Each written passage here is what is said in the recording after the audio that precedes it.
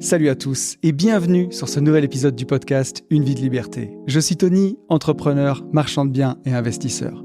Auparavant chef d'entreprise, prisonnier d'une belle rat race, ce métro, boulot, dodo infernal, j'ai fait un burn-out en 2012 qui a tout remis en question.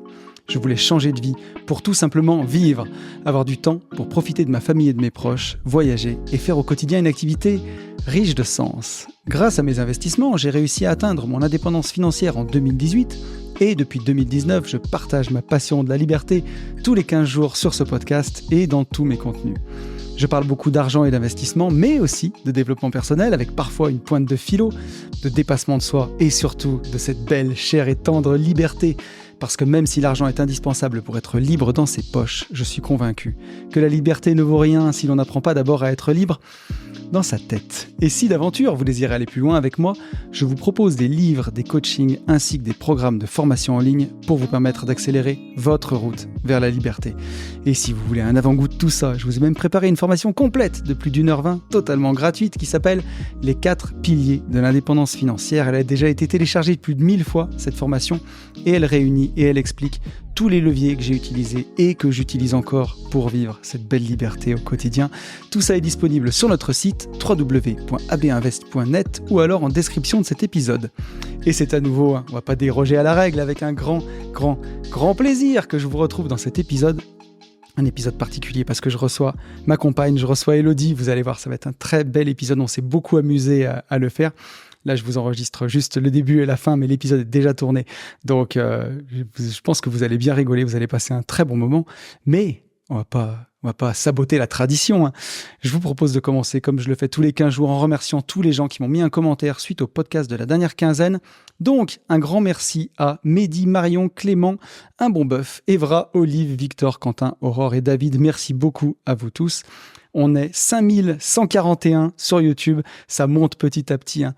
456 notes sur Apple Podcast avec 2 notes de plus. Donc un grand merci à toi David pour ton commentaire aussi qui a accompagné ta note 5 étoiles. Je vous rappelle que c'est vous, hein, qui faites vivre ce podcast, donc n'hésitez pas à mettre des commentaires, à noter sur Spotify, sur Apple Podcast. Vraiment, c'est très important, ça m'aide énormément. Donc, n'hésitez pas. Et je vous rappelle que le plus simple, si vous voulez me contacter, venir discuter avec moi, c'est encore de le faire sur Instagram. Mon seul et unique compte, @unevie-de-liberté avec la petite étoile bleue. Donc voilà, n'hésitez pas si vous voulez venir me parler. Et sans transition, je vous propose qu'on commence par la rubrique News. La rubrique News, la première chose, je voulais vous reparler du podcast que j'ai ressorti avec Dominique Gibert. Dominique Gibert, la fille d'André Muller, qui a écrit La technique du succès. Vous avez été nombreux à commenter. Je ne sais pas combien il y a de commentaires, mais il y en a vraiment un paquet. Je ne sais pas si on n'est pas autour de quasiment 100 commentaires. Donc déjà, merci à vous tous d'avoir participé. On va faire gagner 10 livres, donc il y a une chance sur 10. Je vais faire le tirage très prochainement. Je vous le dévoilerai dans le prochain épisode du podcast ou peut-être celui d'après. Ça va dépendre comment je vais les tourner avec les vacances. Mais voilà, en tout cas, ne vous inquiétez pas. Je commenterai sous la vidéo YouTube un petit mot aux gens qui ont gagné. Et puis, vous me donnerez votre adresse pour que je les communique aux éditions Guitry Daniel qui vous envoient les bouquins. Mais en tout cas, encore une fois, n'hésitez pas, vous pouvez encore participer. J'étais vraiment ravi de pouvoir faire cette collaboration et faire gagner ce livre qui a été important pour moi. Donc profitez-en si vous voulez le gagner, si vous l'avez déjà. Si vous êtes un fidèle d'une vie de liberté, ça fait longtemps que vous l'avez lu, ce bouquin. Mais voilà, si vous l'avez pas lu, profitez-en. Si vous l'avez lu, essayez quand même de le gagner, vous l'offrirez, vous ferez un heureux. Donc je pense que ça vaut le coup. Qu'est-ce que je voulais vous dire cette semaine? Que j'ai prévu moins d'événements pour l'année 2020, fin d'année 2024 et l'année 2025. Et du coup, ça va me faire plus de temps pour vivre des choses, que ce soit du temps pour bosser aussi sur notre société de marchand de biens. Le marché IMO semble repartir un petit peu. Donc, ça serait dommage de ne pas en profiter. Et ça me laisse aussi du temps pour tout simplement profiter personnellement, prendre un peu plus de vacances, un peu plus de temps en famille. Et ça fait vraiment du bien. On est déjà dans les premiers événements qu'on a supprimés, qu'on devait faire avant les vacances. J'avoue que c'est vraiment cool. Ce podcast, j'ai toujours voulu qu'il soit le plus honnête possible, où je puisse vous partager mon quotidien d'investisseur, mon quotidien d'entrepreneur, mon quotidien aussi surtout d'entrepreneur libre qui avance au fur et à mesure dans les steps de la liberté. Et on va bientôt fêter les 5 ans d'une vie de liberté. au mois d'octobre. C'est complètement fou. 5 ans que je fais ce podcast. Et en 5 ans, j'ai aussi beaucoup changé. Mon patrimoine a aussi beaucoup évolué. Et je peux me permettre aussi de prendre un peu plus de temps et c'est chouette parce que ça fera encore plein de choses à vivre pour vous partager encore plus de choses. Et voilà, j'avais juste envie de vous partager ça dans ce podcast. Les vacances arrivent, vous allez tous pouvoir aussi prendre un petit peu plus de temps dans vos boulots, du temps pour vous, du temps pour passer avec votre famille. Et c'est tellement important, ce temps-là, pour vivre des choses, pour nourrir son imaginaire, pour nourrir sa colonne onirique du tableau des besoins, mais voilà, nourrir ses rêves pour la suite. Et voilà, je suis vraiment content de pouvoir faire ça. Et aussi, ça laisse la place pour d'autres masterminds où on va pouvoir partager ensemble, parce que cette passion du partage, elle s'arrête pas là. On revient du mastermind parapente, je vais prendre le temps de vous en parler. Mais on va rajouter aussi avec Yann un mastermind sportif. Je pense qu'on va passer des excellents moments. Mais pour l'heure, il nous reste encore une place pour le mastermind moto des Gentlemen Investisseurs. Ce sera en Sardaigne du 22 au 28 septembre. Il nous reste 3 places sur cet événement-là. N'hésitez pas à nous rejoindre. On va faire le tour de la Sardaigne entre investisseurs. Ça va être encore une fois incroyable. On en emmène 20 avec nous. Il reste 3 places. N'hésitez pas. Et Race and Business, ça c'est notre séminaire autour du karting. Donc bien sûr, échange, business, on va vous faire des présentations. Je suis en train de vous concocter un truc en ce moment que j'ai découvert sur des secrets du prêt lombard. Je vous en avais déjà parlé quand j'avais acheté ma Porsche, du montage que j'avais fait. Il y a une vidéo sur la chaîne YouTube là-dessus qui a fait plein de vues. C'est la plus vue de ma chaîne. Et je suis en train de découvrir des nouvelles subtilités du prêt lombard pour continuer d'accélérer sa route d'indépendance, le développement de son patrimoine. Et je vous prépare une petite inter là-dessus sur Race and Business. Ça va être incroyable. Mais bon, Race and Business, il reste plus qu'une place. Donc voilà, fallait dégainer vite. C'est un séminaire qui a beaucoup de succès.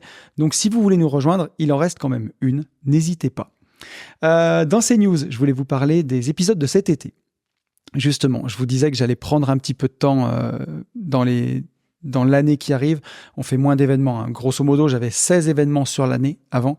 Là, j'en ai plus que 10. Donc, on a quasiment coupé par 2, on va dire réduit d'un tiers. Voilà, grosso modo, un gros tiers. Et cet été aussi, je réduis un petit peu ma production de contenu. Alors, sur les Gentlemen Investisseurs, il y aura du contenu tout l'été. Sur Nouveau Départ, il y aura du contenu tout le mois de juillet, des émissions publiques, des émissions privées, mais sur le mois d'août, il n'y aura que l'émission privée, il n'y aura pas d'émission publique. Et sur Une vie de liberté, je me laisse le joker. Peut-être qu'au mois d'août, il y aura pas d'émission la semaine du milieu. Et c'est pour ça que je me suis dit, des épisodes qui me permettent d'être un peu plus spontané, c'est les Allô Tonton. Je les fais souvent l'été et ça vous plaît bien, pour m'envoyer des messages. Et j'ai fait un mail à la communauté et j'ai reçu des dizaines de messages. Donc, je pense qu'à mon avis, il y aura des podcasts tout l'été parce que j'ai vraiment reçu énormément de questions. Donc, il y aura au moins, du coup, 2 épisodes d'Allô Tonton cet été. Mais si vous voulez me poser des questions, n'hésitez pas vraiment à vos mails ou à vos commentaires dans l'espace commentaire. Envoyez-moi vos emails. Je vais tourner ça sur la fin juillet et peut-être une semaine en août. Donc, n'hésitez pas. La parenthèse indépendance, ça c'est notre séminaire où on vous coach sur 3 jours pour faire votre feuille de route pour le futur. C'est avec toute la team GI, donc il y a Yann, il y a Fabien et il y a Ben. On en est déjà à la 7e édition, on en faisait 4 par an et du coup on n'en fera plus qu'une seule par an. Donc si vous voulez en profiter, c'est du 7 au 9 octobre. Ce sera du 7 au 9 octobre 2024. C'est en Auvergne-Rhône-Alpes, à côté de chez nous. Il reste plus que 6 places. Donc, profitez-en parce que la prochaine, après, elle sera dans un an.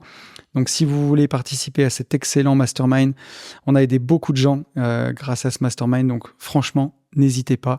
N'hésitez pas. Si vous avez des questions, n'hésitez pas à venir en DM. Je reviens du mastermind parapente aussi. C'était vraiment exceptionnel. Il avait lieu à Morzine, c'était avec Elodie qu'on l'a organisé. Je vais pas m'étaler trop dans ces news parce que on vous en parle justement avec Elo de ce mastermind. C'était juste exceptionnel. On avait 4 participants, voilà seulement. C'était en toute petite team, en team réduite, mais c'était exceptionnel parce que c'était familial. On n'a pas eu le temps avec nous, mais tout le monde a pu voler. On n'a pas pu voler ni le jeudi ni le vendredi, mais on a volé toute la matinée du mercredi.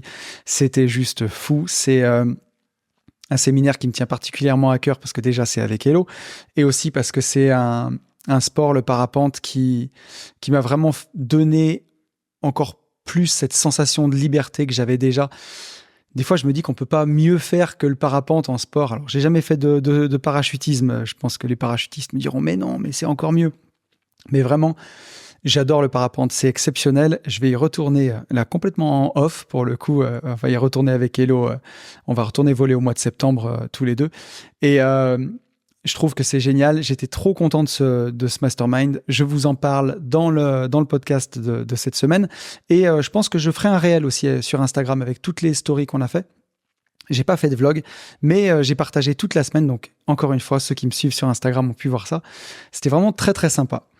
Et la dernière chose dont je vais vous parler dans les news, c'est que on va faire une grosse promotion d'été sur toutes les formations. Elle aura lieu le dernier week-end de juillet. Donc là, pareil, restez bien à l'écoute du podcast, restez bien à l'écoute de l'Insta ou des abonnements à la liste email. Je vous enverrai le lien avec le code promo dans la semaine avant. Ça sera du vendredi soir 26 18h jusqu'au dimanche 28, si je dis pas de bêtises. Je vais revérifier ça en même temps que je vous parle. Ouais, c'est ça. Ça sera du vendredi soir 26 à 18h au dimanche soir 28 à minuit. Moi, j'adorais quand j'étais dans Marat Race, dans mon ancienne vie, dans les travaux publics. J'adorais l'été justement parce que le temps était suspendu, tout s'arrêtait et j'avais vraiment 3 semaines de vacances pour pouvoir profiter de la vie, mais aussi pouvoir prendre du recul et redéfinir ma stratégie pour l'avenir. Et ça m'aidait énormément, ces moments-là, parce que j'étais dans le calme et j'en profitais pour me former. Et donc, je me dis, si ça peut donner le coup de pouce à certains pour passer à l'action et pour pouvoir se former cet été, je pense que ça vaudra le coup. Ça fait partie des plus grosses promotions qu'on a faites. On le fait 2 fois par an, hein. En général, on le fait une fois pour le Black Friday et de temps en temps l'été. Voilà, l'été c'est maintenant. Donc dernier week-end de juillet, restez bien à l'écoute parce que je pense que ça vaudra vraiment le coup d'en profiter, à l'écoute du podcast et à l'écoute des stories Insta et des mails où je vous donnerai tous les éléments avec le lien et tout ce qu'il faut.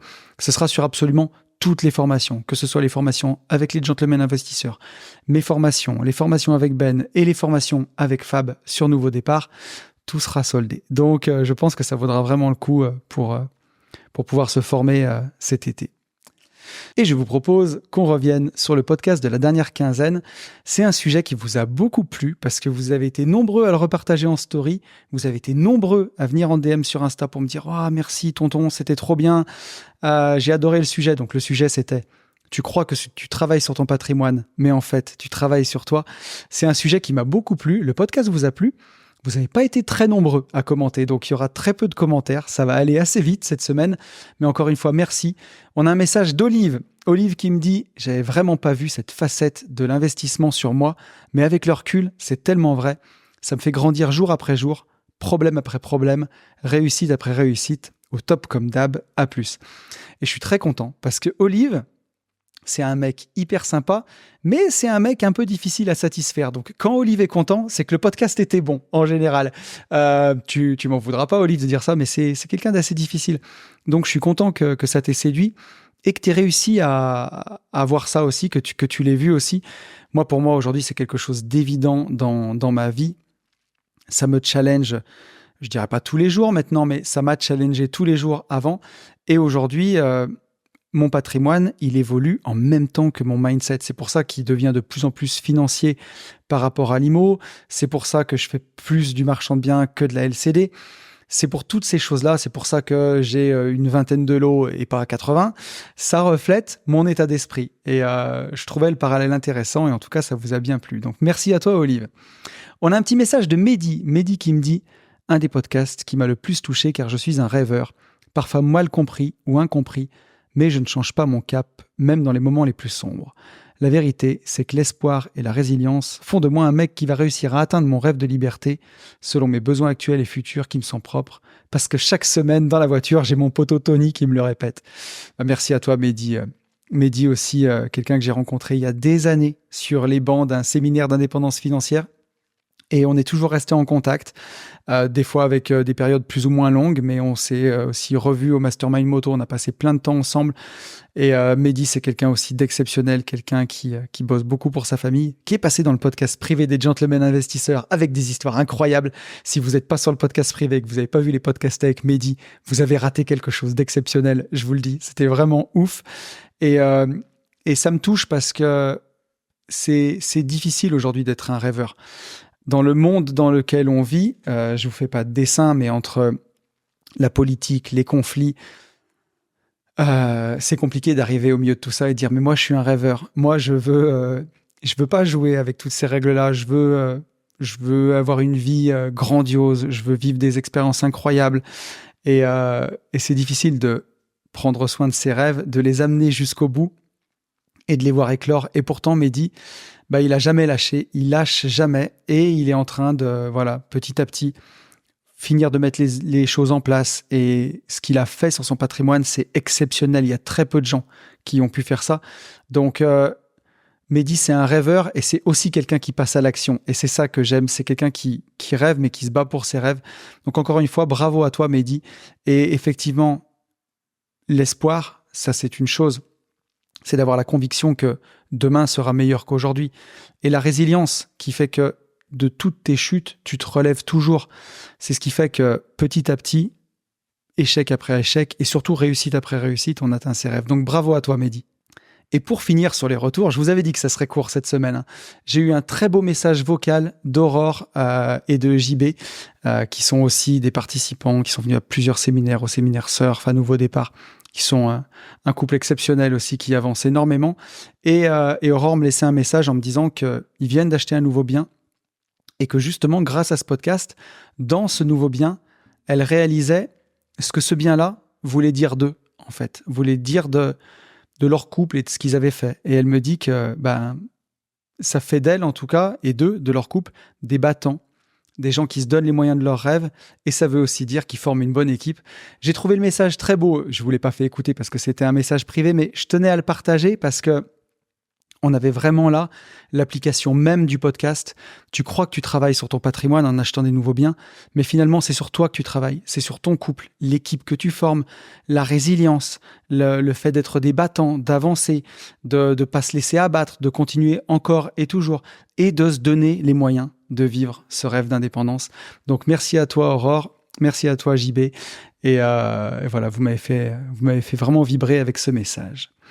Et j'en ai terminé pour les messages de la dernière quinzaine et on va passer au podcast que vous attendez tous, les décos d'Hello. Ça y est, j'ai enfin eu Hello dans le podcast.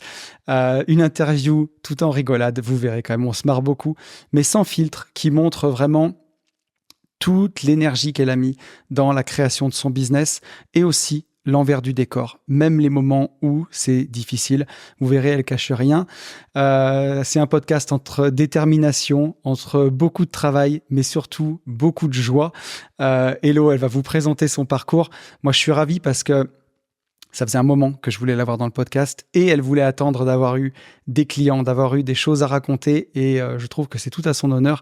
C'est un podcast que j'ai adoré faire. Vous allez voir, je pense que vous allez vous marrer. J'arrête de parler, je vous laisse avec Hello et je vous retrouve juste après.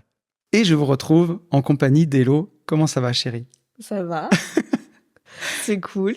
T'es contente d'être dans le décor du podcast ? Ah ouais. Non, décor que tu as conçu. C'est chouette ici. parce qu'en plus, c'est ce que j'ai pensé et j'y suis. T'es au cœur de ton projet. Donc c'est cool. Surtout que, donc, pour ceux qui sont sur YouTube, vous verrez, il y a la vidéo et tout. Pour ceux qui sont sur les plateformes de podcast, bon, vous avez que le son. Et Hello est patiente parce que ce matin, j'étais tellement impatient, plus, je dirais pas stressé quand même, mais c'est spécial de recevoir sa chérie dans le podcast, qu'on vient de faire les 5 premières minutes et j'ai pas pris le son. Donc heureusement, je me rends compte au bout de 5 minutes, parce que ça aurait pu avoir une dispute conjugale derrière. Ouais, vous avez loupé un grand truc. Et du coup, tu avais fait un truc que tu rêvais de faire. Est-ce que tu veux le refaire ? On y va. Action.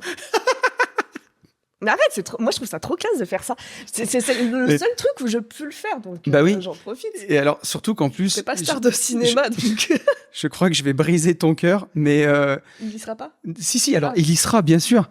Mais je crois qu'aujourd'hui, avec les nouveaux logiciels de montage, ça détecte automatiquement la voix et il n'y a plus besoin de faire de clap. Je crois que ça se met tout seul. Je veux le faire. Mais moi, je le fais quand même à Luc, parce que sinon, ça garde une petite ambiance ciné quand même. C'est pas mal. Cool. Donc, je suis super content, deuxième édition, de te recevoir dans le podcast, chérie. Ça fait longtemps qu'on voulait le faire ensemble, que je voulais te recevoir dans le podcast. Mais, et c'est vraiment, j'ai envie de dire tout à ton honneur, tu tenais absolument à avoir tes projets et des choses à raconter. C'est quand même plus intéressant d'avoir des choses à raconter que d'arriver à dire « Salut, je m'appelle Hello !» Je me lance en déco. Donc, on va pouvoir avoir le temps dans ce podcast, on va prendre le temps, encore une fois, de revenir sur déjà ton parcours, ton projet professionnel, tout ce que tu as créé. On devait enregistrer ce podcast au Mastermind Parapente. Et en fait, finalement, on a vécu 3 premiers jours incroyables avec du soleil de fou. On a bien profité. On en a bien profité. On a volé. Mais on n'a pas volé jeudi ni vendredi. Et en fait, on a été tenus en haleine tout le long par nos super organisateurs d'ailleurs, qui voulaient vraiment nous faire voler entre deux orages. Entre le matin, entre le soir, on avait peut-être une fenêtre de tir, mais on l'a pas eu. Non. Donc c'est comme ça, mais malheureusement, du coup, on est resté dans l'attente en fait, en tenue de sport. On aurait pu faire le podcast, mais si on se faisait déranger au bout d'un quart d'heure pour savoir si on y va, on n'y va pas, c'était compliqué. Donc, et je crois que quasiment la plupart de nos participants étaient déjà des participants d'autres masterminds, étaient déjà passés dans des podcasts, donc c'était moins préjudiciable s'ils y étaient pas. Et puis ça nous fait l'occasion d'en faire un tous les deux. Bah ouais. Exactement. C'est cool. Je sens que je vais me marrer tout le podcast. Pardon, j'ai un chat dans la gorge. Donc, je te propose qu'on débarque sans transition pour ce podcast en amoureux.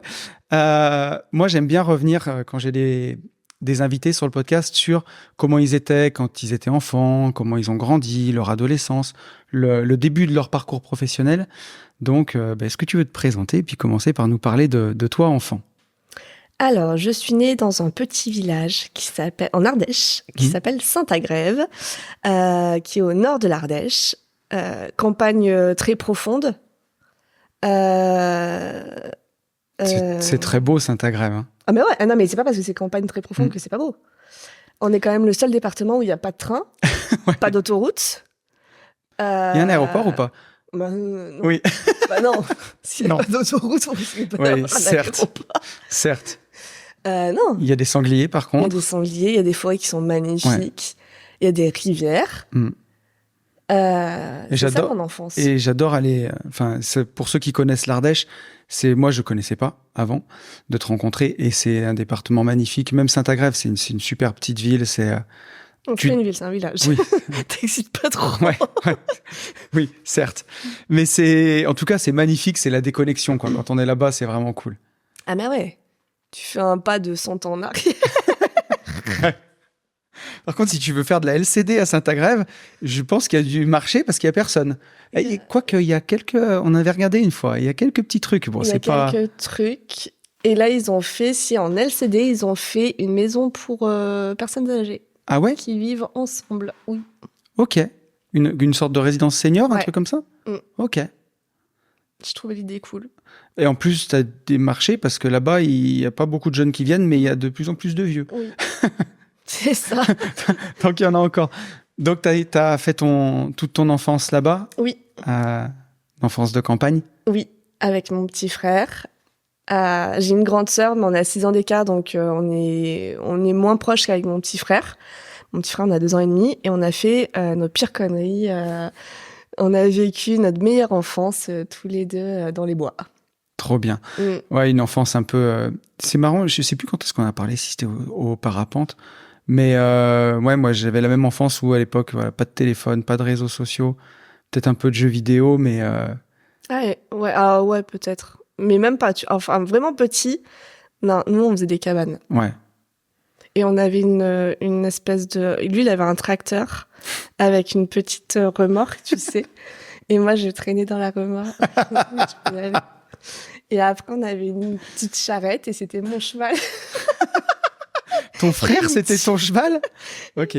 D'où la passion pour le cheval qui est née avec l'esclavage de ton frangin, quoi. Ouais. Ah ouais, par contre, oui, c'était un frère... il n'avait pas le choix, Bichette. Le pauvre. Il était un peu Mais, je le connais, il va très bien. Hein. Il s'en est bien. Je sais pas s'il va très bien. Mais si. Non, il est adorable, ton frère. Et on lui passe un coucou s'il regarde ce podcast. Peut-être qu'il va regarder. J'espère. Je pense frère, qu'il tu va regardes regarder. Et tu commentes. Ok. Et derrière, ensuite, à l'adolescence, qu'est-ce que c'est ta première orientation professionnelle, ton premier job? Comment ça se passe, ta vie pro? Alors, j'aime pas l'école, donc du coup, je voulais partir apprendre le métier pour travailler avec des chevaux. Ok. Et mes parents m'ont mis un veto. Parce que ils m'ont bien fait comprendre que le métier, tous ces métiers un peu agricoles, c'est compliqué, t'as pas de vacances. Ouais.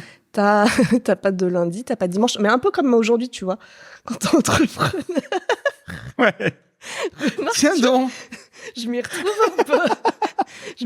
un peu. Mais voilà, ils m'ont fait comprendre, trouve-toi un bon métier, gagne du fric et achète ton poney. Ouais. Et ce sera plus simple pour plus tard. Et vu que je n'aimais pas l'école, je suis partie de toute façon, j'avais le choix entre esthétique ou coiffure, tu vois. Ok. Donc, du coup, j'ai pris esthétique. Mais je me suis marrée. Ouais. C'était non pour si de tu es vrai, esthéticienne ou coiffeuse, voilà, sache que tu n'avais pas le choix si tu n'aimais pas l'école. Non, en plus je rigole parce que l'esthétique ça avait vraiment été un choix. J'adorais le maquillage et effectivement je suis partie à la base pour faire du maquillage en esthétique. Ok. Chose qui n'a jamais abouti parce qu'après j'ai adoré la vente. Ouais. Mais voilà. Ok. Aucun a priori sur les coiffeuses et les esthéticiennes. Bon, ça va. Une corporation sauf parce que déjà sur les gentlemen investisseurs, Yann, ça va être les policiers, donc si on si on tape sur tout le monde, plus personne va nous écouter. Ok. Donc et t'attaques tes premiers jobs. Donc tu passionnes pour la vente. Qu'est-ce que c'est tes premiers jobs? Vendeuse. Alors ouais. je pars à Lyon. Je pars faire mes études à Lyon. Je découvre la ville, le métro, le train, et je suis vendeuse. Alors je passe mon SAP et je passe mon bac pro et je suis vendeuse dans une boutique de cosmétiques pendant 2 ans. Ok. Et durant ces 2 ans, je rencontre une commerciale et avec qui je me lie d'amitié. Et en fait, je fais des micro-journées sur mes jours de repos. Je fais des tournées avec elle pour vraiment découvrir son métier. Et en fait, je m'aperçois que c'est ce que je veux faire. Donc là, j'arrête mon contrat, j'arrête de bosser et je me mets dans une école business pour adultes, ouais. En formation accélérée pendant 2 ans où je suis formée et au commerce et je suis formée par les grandes marques de luxe en parfumerie. Excellent. Ouais, c'était vraiment chouette. Ouais. J'ai fait toutes les grandes maisons. Ça, c'est des très beaux souvenirs. Trop bien. Et donc après, qu'est-ce que tu fais comme job une fois que tu fais ça? Je suis commerciale. Alors là, je crois qu'on est en 2008 parce que cette formation se fait en apprentissage. Ok. Donc je pars à Avignon, vivre en Avignon, où j'ai mon entreprise et mon école est à Lyon. Ok. Donc là, je suis en parfumerie et je crois qu'on est en 2008. Et là, on commence à attaquer la crise. Ouais. Et je m'en aperçois sur ma dernière année où nos objectifs ils sont super compliqués à être validés. Et là, je me dis pourquoi pas aller taper en pharmacie. Enfin, parapharmacie du coup pour rester dans la beauté. Ok. Mais pharmacie et je n'ai aucun contact. Donc là, je décide de monter à Paris. Parce que Paris, t'as un turnover qui est de malade en termes de commerciaux. Et c'est là où je peux tenter ma chance. Donc je monte à Paris et je rentre dans un laboratoire dermato qui s'est basé à Clermont-Ferrand de base. Ok. Et je suis commerciale pour cette marque à Paris. D'accord. Et ça t'a plu comme job? T'avais ce que tu aimais, de la vente, du contact. Ah ben, tu négocies, En plus, alors la marque pour laquelle je bossais n'était pas très très connue. Elle est connue dans notre région puisque le labo est basé sur notre région, mais elle est absolument pas connue à Paris. Okay. Donc tu sais, t'as tout un challenge où tu dois aller pousser des portes. Enfin moi, c'est ce que j'appelle pousser des portes, aller te vendre, vendre ta marque. Et c'est vraiment un levier de négo. Il y a vraiment un levier de négo qui est intéressant, qui était intéressant avec cette marque. Je faisais même des animations pour pouvoir essayer de booster un peu les produits. Non, ouais, j'avais tout. Je travaillais encore dans le milieu de la beauté, je conseillais des clientes, j'avais de la vente, j'avais de la négo, c'était chouette. On en parlera parce que c'est quelque chose que tu as vachement développé aussi avec ton Insta aujourd'hui pour ta communication, de cette partie aussi c'est vendre un peu son image, son activité, ce qu'on fait, mais tu as passé beaucoup de temps aussi sur cette partie de ton activité. Ouais. Et donc, qu'est-ce qui t'amène finalement, en continuant cette carrière-là, à un moment te dire ok, je change, j'ai fait le tour, je deviens entrepreneur, et comment ça se fait cette transition? Elle est sur le long terme, la transition, parce que je passe de la parfumerie à la parapharmacie. Je vais faire un tour en GMS pour me former vraiment à la négociation, parce que c'est la GMS qui m'a appris la négo. Donc GMS, c'est grande et moyenne oui, grande et moyenne les surface. Supermarchés, quoi, pour vulgariser. Supermarché, hypermarché, quoi. Ouais. Et supermarché et hypermarché, en fait, tu vas négocier en centrale d'achat. Ouais. Donc c'est encore autre chose, et c'est là où j'ai appris tout mon côté me vendre, me prostituer, s'il vous plaît. Prenez mon produit. Ouais, j'imagine. Et moi, pour t'avoir connu à cette époque, oui, on s'est rencontrés. Eh oui, tiens, dis donc, qui est cet homme chevelu à côté de moi?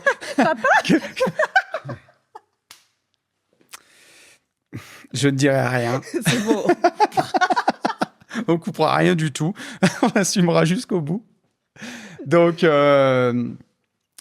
m'as perturbé, tu vois, du coup. Oui, on s'est connus quand je vendais du café. On s'est connus en 2017, ouais. Quand tu vendais du café, justement, et où j'ai vu ce que c'était de se lever à 5h du mat pour aller faire des mises en rayon. Remarque, à l'époque, on se levait à la même heure. Oui, on partait ensemble, c'est cool. Parce que moi, j'allais ratracer dans ma boîte de travaux publics. Et moi, au milieu du rayon café, chez Leclerc. Ouais, ça a été... c'était toute une époque. Ouais. Et donc, t'en as... En plus, on s'est rencontrés en 2017.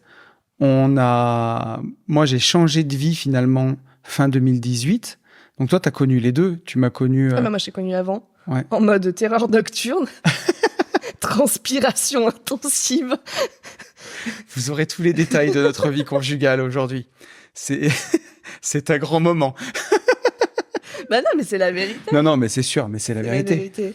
C'est ouais, c'était. Ton téléphone qui sonnait tout le temps. Enfin, alors, remarque, ça n'a pas trop changé, ça. Mais... Il sonne plus, j'ai coupé la sonnerie. Ouais, maintenant, c'est Insta. Ouais, c'est pas faux. Mais ouais, et puis j'ai changé fin 2018. On a commencé à vivre ensemble. Et après... Après, j'en avais marre de me lever toute seule à 4h du mat. Donc, j'ai changé de taf. Ouais. Et puis, à jamais, ça commence à me saouler gentiment aussi. Et je suis repartie en labo pharmaceutique, mais là, plus en médicaments. Ok. Voilà. Toujours avec un labo dans le Puy-de-Dôme. Ouais. Très auvergnate. C'est ça. Le crochet ne nous quitte donc jamais. Et donc, t'as bossé là, et ensuite, l'événement, ça a été le Covid. Le Covid. Oui. Ce bon vieux Covid. La Covid. Où on est resté à la maison. Il y en a qui se sont jetés des assiettes à la gueule. Nous, on a vécu notre meilleure vie pendant le Covid. Ouais, c'était vraiment chouette. Alors, on a vécu notre meilleure vie. Pourquoi ? Parce qu'on avait une maison. Oui. Parce qu'on avait un extérieur. Ouais. Parce qu'on était à la campagne. On serait peut-être jeté des assiettes à la gueule dans un 17 mètres carrés. Il y a quand même de fortes chances que... Oui, certes. Quand tu ne sors pas, quand tu ne fais rien et que tu vis H24 l'un sur l'autre... Ouais. Mais ouais, le Covid, on a passé... Enfin, c'était chouette. C'était trop bien. On a fait... toi, t'as fait du cheval. Je veux un autre Covid. Ah non, arrête, ça suffit, arrêtez. Mais par contre, non, on a fait... Toi, tu faisais du cheval, on a fait des randos, on a fait du pain, on a fait du jardin. Ouais. Et le retour à la vie travail a été difficile. Non, mais attends, alors, on refait en parlant boulot, j'ai fait mes meilleures primes. Ouais. Oh putain, j'ai explosé le game Pendant cette période-là. Pendant cette période. Et la reprise du boulot est que la carotte, en fait, normalement, tu vas chercher le même chiffre que tu as fait une année en moins. Ouais. Et là, nos managers nous disent, bah, vous êtes gentils, vous avez fait ce chiffre-là pendant cette période, on va rester sur ce même volume en termes de chiffres. Et en fait, c'est impossible. Ouais. C'est impossible. On a chiffré, on a fait autant de chiffres parce que les vétérinaires étaient fermés, parce que les grandes surfaces étaient fermées. Et en fait, c'était de l'exploitation. Ouais, c'est le toujours plus, quoi. Où en fait, C'était... à chaque fois, dès que tu fais un record, tu définis un nouveau standard, finalement, quoi. Et là, les règles du jeu, elles étaient plus maintenues, tu vois. Il les changeait comme ça, les arrangeait. Mm. Et c'est surtout que tu avais ton chef au téléphone qui disait Julien, qu'est-ce que tu fous là? T'es au travail? Donc t'es sur ton poney. Alors que t'essayais et que ça devenait compliqué. Et puis il y a eu la période où il y a un des managers qui m'a mal parlé. Mm. Et là, ça a été la goutte d'eau qui a fait déborder le vase. Bah ouais. Donc voilà. Donc là, bilan de compétences. Ouais. Qu'est-ce que je fais de ma vie? Parce que j'ai toujours été vendeuse et commerciale. Et qu'en fait, je sais absolument pas quoi faire d'autre.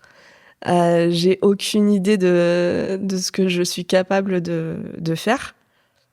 Et j'ai été suivie par une nana qui s'appelle Amandine et qui était vraiment top. Et qui m'a aidée, on a tout repris ensemble. Et qui m'a aidée à ouvrir plein de portes, à me dire, putain, mais t'as ça, tu sais faire ça, tu sais faire ça, tu sais faire ça. Et en fait, tu reviens aux bases. Tu vois, quand je te disais le maquillage, ça me plaisait. T'avais cet aspect un peu créatif avec la couleur où j'ai fait du body painting pendant quelques temps. Ouais. Je voulais absolument garder ce contact avec des personnes, avec des clients, mais aussi continuer à négocier parce que j'adore ça aussi. Mmh. Aller chercher des solutions quand il y a un problème. Et puis en fait, j'ai toi, tu vois, tu me dis qu'il n'y a pas que le salariat qui existe aussi. Ouais. Tu me montres qu'il y a d'autres possibilités, que tu as passé 18 années dans le TP et que 4 ans après, t'as ta boîte. Tu vois. Ouais, on peut faire autre chose, quoi. Ça demande de la remise en question. C'est jamais facile parce que tu lâches des choses que tu connais. Mais d'un autre côté, tu me diras si tu es d'accord avec moi, mais il y a beaucoup de gens qui font, tu vois, c'est soit je reste dans mon boulot, je fais rien, soit je me reconvertis ou la mort. Et il n'y a pas de plan B ou quoi. Mais en fait, il faut dédramatiser, il y a toujours un plan B. Si ça marche pas, tu peux toujours faire autre chose. Bien sûr, il faut mettre toute ton énergie dans ton projet. Mais si ça marche pas, la Terre s'arrête pas de tourner. Mais justement, c'est difficile dans la tête d'arriver à se dire ça et de se dire, je me lance, quoi. Pas simple, hein. Bah, c'est pas simple parce que t'as des acquis, tu vois, t'as ton salaire qui tombe tous les mois, quoi que tu fasses.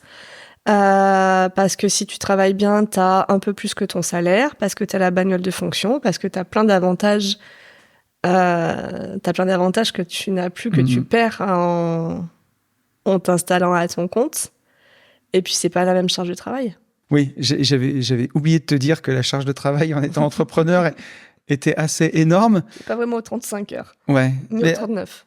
Alors, tu vois, ça, c'est un truc dont parfois, moi, je me rends pas compte parce que... Alors, avant, j'étais quand même entrepreneur quand j'étais dans les TP, tu vois, c'était ma boîte, mais je m'étais plus créé mon propre boulot, quoi. Je me versais un salaire, c'était du lundi au vendredi, même si, voilà, le week-end, t'as quand même le stress, mais il y avait pas de travail, ça s'arrêtait. Là, c'est vrai que dans l'entrepreneuriat tel qu'on le pratique, des fois, tu bosses un peu tous les jours. Des fois, voilà, tant qu'il y a du boulot ou des clients... faut y aller. Faut y aller, quoi. Et surtout quand on démarre. Moi, je le vois aujourd'hui, c'est pour ça que tu tu vois la lumière au bout. Au bout du tunnel. Mais moi, je pense que je bosse un petit peu moins qu'avant. En tout cas, tu vois, sur la partie d'AB Invest, du marchand de biens, c'était très dur de faire son réseau au départ et ça demandait énormément de temps et de boulot. Après, une fois que le réseau est fait, tu as toute cette partie-là qui elle s'arrête pas, mais elle est beaucoup plus facile. Donc, le boulot vient à toi. Alors, c'est un petit peu moins dur. Mais justement, d'ailleurs, on va en parler. Donc, fin de Covid, le boulot, ça se passe mal. On te met des objectifs de fou. Tu te dis, j'arrête. Tu fais cette reconversion avec Amandine. Et tu te dis, dans la déco, en tout cas, c'est ce qui ressort. C'est des choses qui vont me plaire. Comment ça se passe pour te former, parce que tu n'as pas claqué des doigts, pour te former là-dessus et voilà, déjà, pour commencer, première question.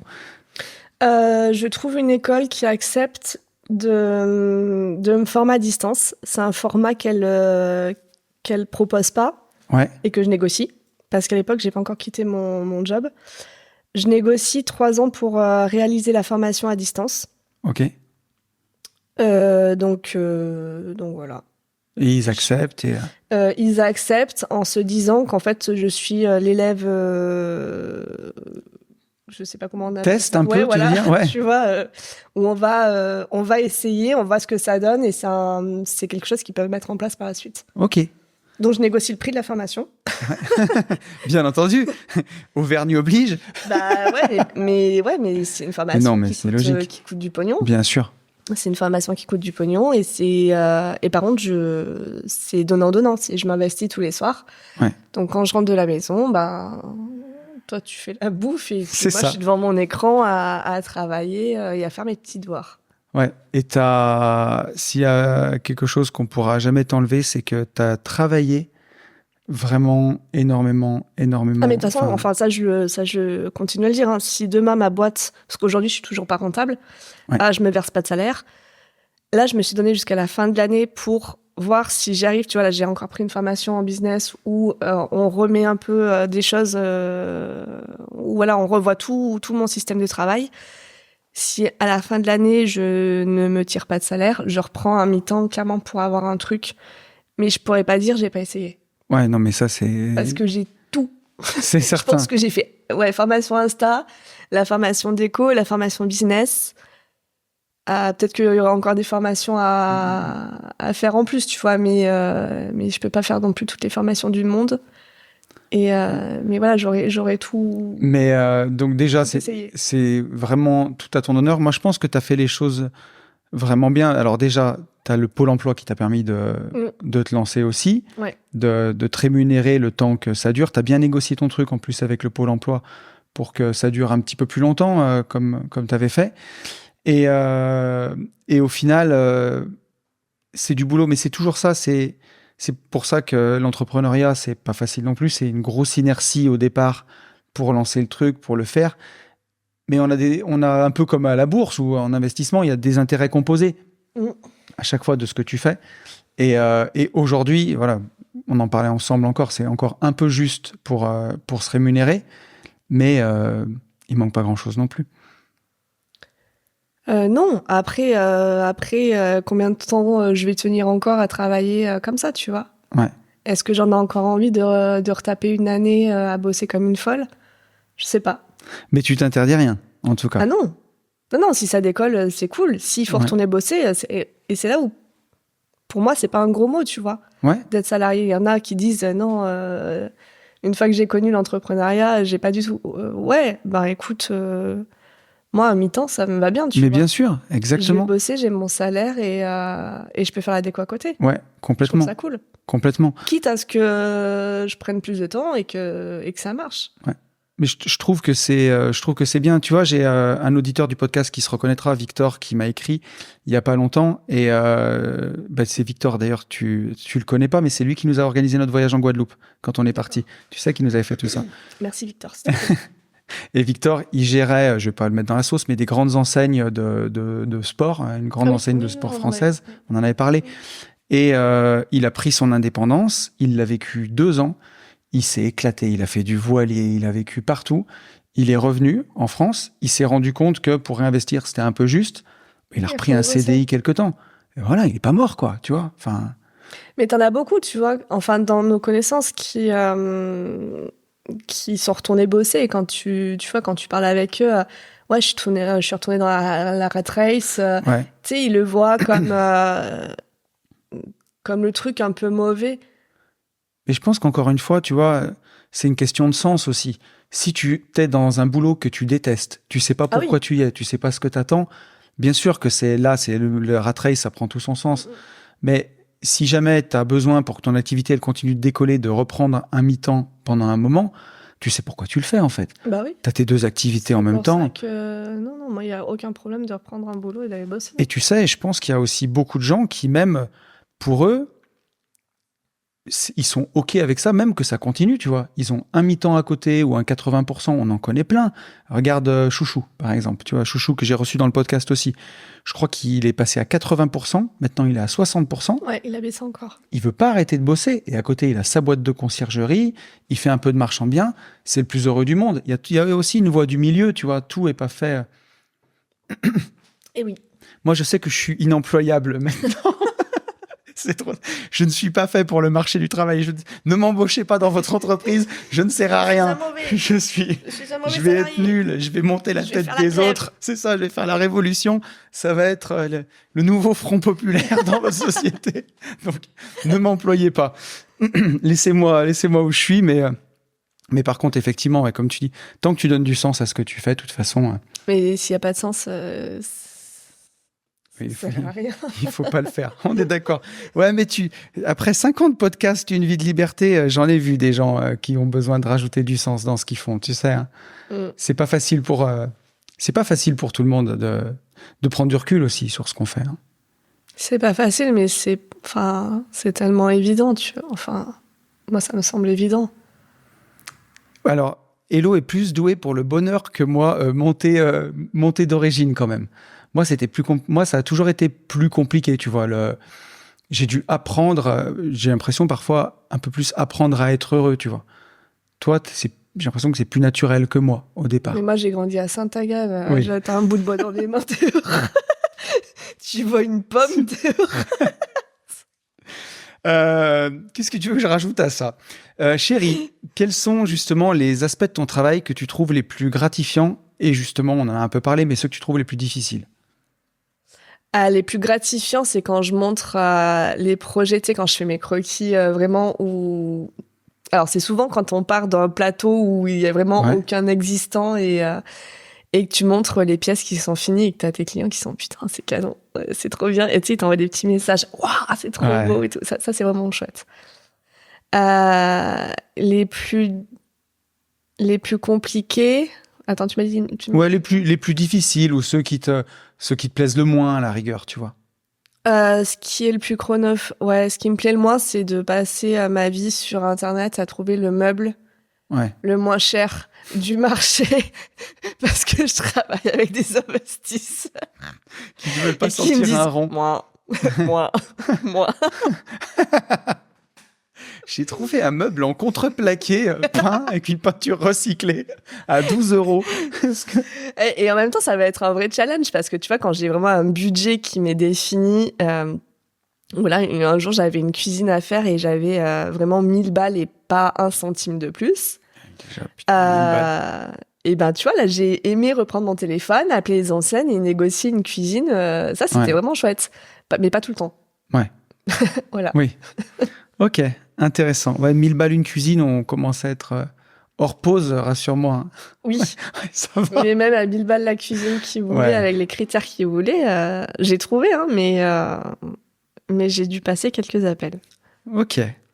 Est-ce que tu peux nous décrire une journée type de Hello qui fait sa boîte de déco? Comment ça se compose, tes journées? Comment tu les découpes? Alors, c'est pas une journée, je te fais une semaine. Ok. Parce que mes journées ne se ressemblent pas, c'est pour ça que c'est cool. Sur ma semaine, je vais travailler sur mes réseaux sociaux. Je me mets du temps pour travailler sur mes réseaux sociaux. Je me mets du temps pour travailler... Alors, déjà, de base, il faut connaître son chronotype. Non, mais ça, c'est super important. Tu vois, on en parlait auparavant. Avec Fleurette. Ouais. C'est super important parce que chaque personne est différente. moi, je sais quand est-ce que j'ai mes heures de gloire, entre guillemets, où je suis hyper concentrée et hyper productive. Ok. Donc, ces Non, mais heures... c'est super intéressant en vrai. Non, mais tu rigoles. Non, non, Excuse-moi. je rigole pas parce que moi, je sais que je me connais et je sais que je suis efficace tôt le matin. Et Voilà. Mais donc, toi, je vais déjà, travailler tu peux tôt le matin. dormir 3 heures par nuit, ça te suffit. Non, mais c'est là où c'est super important Quelle de se connaître. horreur. Oui. Alors que moi, j'ai besoin de 7 heures de sommeil et vraiment 7 heures de dodo, tu vois. Et moi, du matin, je peux pas. Ouais. J'ai la gueule dans le cul. C'est vrai qu'on démarre à 2 vitesses différentes. Mais voilà. Moi, Donc déjà, c'est il y a on-off. Déjà, il y a un fossé entre nous. Oui. Donc, on commence à se parler à 10h. C'est ça. Non, c'est pas vrai. Non. Mais oui, effectivement. Déjà, connaître ses horaires et pas travailler contre nature. Ouais. C'est ce qui fait aussi que c'est parfois aussi compliqué pour des gens. Je veux dire, un boulot normal, c'est aller 8-9 heures jusqu'à 17 heures. Il y a des gens bon, si t'es vraiment pas efficace du tout dans ce créneau-là, c'est compliqué. Mais je sais que, par exemple, moi, j'adore travailler le matin. Alors, bon, je fais attention avec la vie de famille, mais dès 7 heures, je pourrais bosser, quoi, tu vois. Et j'ai toujours fait comme ça. C'est vrai que dans les travaux publics. Tu pourrais bosser, c'est dès 7 heures, t'as ton ordi qui est ouvert. Tu sais. Oui, certes. Non, mais voilà. Non, mais dis la vérité. C'est pas je pourrais bosser, tout va. C'est je bosse. Ouais. Mais par contre, tu vois, le soir, c'est vraiment pas mon truc de travailler tard le soir. Alors que moi, le soir, Alors que toi, ouais. C'est un moment où t'es bien, où tu sais faire des choses. Moi, tu vois, le soir, je crois qu'il n'y a aucune tâche que je vais pas créer de contenu le soir. Je vais pas faire de recherche. Je peux plus pour les biens immobiliers, je peux plus passer de coups de fil. Ouais, le soir, je suis rien bon à faire, je crois. En vrai, je suis fracasse et. C'est la différence d'âge, peut-être. Oh, putain. C'était gratuit. C'est cadeau. Un petit scud au passage. Merci, chérie. Merci beaucoup. Avec plaisir. Avec plaisir. C'est cadeau. Ok, donc on connaît son chronotype. Ouais, on connaît son chronotype, donc tu vas organiser en fait tes journées différemment.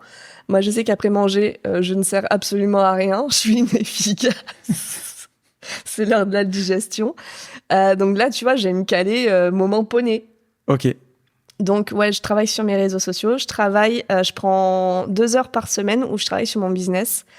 C'est-à-dire qu'est-ce que je peux mettre en place pour aller chercher du pognon et être rentable et verser un salaire. Le soir, je vais pas mal travailler sur mes projets clients parce que c'est là où j'aime prendre du temps pour moi, prendre mon iPad et dessiner. Qu'est-ce que j'ai encore ? J'ai ma partie prospection. Et puis voilà. Ouais, c'est bien. Parce qu'on va en parler. T'as mis aussi plein de trucs en place pour justement pour être rentable et pour créer aussi du revenu à côté de la déco. Mais j'ai des questions là-dessus. On va en parler un peu tout à l'heure. On a fait 2 projets déco, nous ensemble. On a fait ces bureaux dans lesquels on est. Est-ce que tu peux m'en parler ? Est-ce que tes clients ils étaient bien chiants ? Est-ce que oui. Heureusement que Ben était là parce que toi tu m'en parles à la je t'envoyais un mail, tu répondais même pas. Merci, c'est mon podcast, je suis ravi aujourd'hui. Tu me poses pas la question. Si tu veux pas entendre la réponse, heureusement que Ben était là. Il était plus studieux que moi sur le. Mais c'est hyper compliqué de travailler avec des gens que tu connais. Ouais, non, mais ça c'est bien sûr. Parce que quand tu vois, on en rigole que tu répondais pas à mes mails, mais c'est quand même la vérité. Tu te serais pas permis de ne pas répondre si tu ne connaissais pas la personne. En fait, c'est parce que je savais que j'allais te voir le soir, quoi. Bah ouais, mais sauf que moi, le soir, j'ai pas forcément envie de parler de tes bureaux. Ouais, on est d'accord. Donc, mais en tout cas, c'était un de tes premiers projets aussi. Enfin, pas un de tes premiers. Ça faisait partie de tes premiers projets parce que ça fait plus d'1 an qu'on les a terminés. On avait quand même une idée précise de. Ah oui, vous saviez ce que vous voulez. De ce qu'on voulait, enfin sur le côté studio. Du résultat que vous avez envie d'avoir. Mais il y a des choses que vous voyez pas sur ce décor, mais tu nous as trouvé un mur avec un super papier peint, un peu de nature qu'on voulait absolument. Et ce que je peux te dire sur ce projet, c'est que, enfin, les gens qui me suivent sur Insta, en tout cas, ils voient que je suis tout le temps en train de poster des photos de mes bureaux, tellement j'y suis bien. Et c'est vrai que c'est agréable d'avoir de mettre de la déco. On pense souvent mettre de la déco chez soi, dans sa maison, mais pas souvent dans ses bureaux. Alors que c'est un endroit où tu bosses. On passe le plus de temps. Enfin oui, tout dépend de Ça dépend de ton métier et ton rythme de vie, mais oui. Mais tu vois, moi, je crois que si on n'avait pas été ensemble et que tu n'avais pas été dans la déco, je suis pas sûr qu'on aurait fait appel à une décoratrice pour nos bureaux, qu'on y ait pensé, que ça me soit venu à l'esprit, tu vois. Alors que travailler... tu te souviens, quand on a acheté ces bureaux, le sol, c'était du petit carreau. Enfin, ils étaient horribles, ces bureaux. Ils étaient pas hauts. Enfin, non, mais les murs en papier ouais. de verre imprimé, c'était hardcore quand même. Bah ouais, et c'était des bureaux. C'était déjà des bureaux avant. C'était vraiment des bureaux. C'était tout cloisonné, c'était tout petit. Ouais, je me souviens. Quand on était venu visiter. Donc, tu nous avais fait des planches. Ouais, des planches d'inspiration. J'avais pas fait ma formation Procreate. Ouais. Une autre formation à rajouter. Ouais, tu t'es vraiment bien formé. Tu bossais pas sur iPad encore à l'époque? Non, je bossais pas encore sur iPad. Effectivement, je faisais toujours tout sur un logiciel pour essayer de vous montrer les éléments, en planche d'ambiance, tu vois, mais vous montrer les éléments qui étaient possibles de faire. Donc vous verrez, il y a plein de, pour ceux qui veulent découvrir les bureaux, il y a plein de vidéos, de photos sur mon Insta ou sur la chaîne YouTube. Mais en tout cas, c'est une réussite parce que on est très fiers de ces bureaux et aujourd'hui, on reçoit aussi du public. On reçoit parfois des clients, des agents IMO et puis des invités de podcast. Et à chaque fois, on a des compliments sur ces bureaux où les gens sont... c'est chouette. Trouvent vraiment chouette. C'est chouette. Et il y a un deuxième projet qu'on a fait ensemble où ça nous a beaucoup aidé. C'est on avait un appartement qu'on a fait, enfin un petit immeuble de 3 logements qu'on a fait construire il y a 18 mois maintenant. Et on avait un appartement qu'on devait mettre en LCD et que tu nous as décoré pour faire une LCD. On a réalisé les travaux de cet appartement. En fait, c'est un petit immeuble neuf qu'on faisait pour la location. Il y avait 2 T3 et un appartement T2, justement, qu'on voulait mettre en LCD, où on avait poussé la déco. Et en fait, donc la salle de bain était toute réalisée avec la déco que tu avais fait. Il y avait du terrazzo, il y avait du bois. Du bois, ouais. Je me souviens. Qui était assez marqué.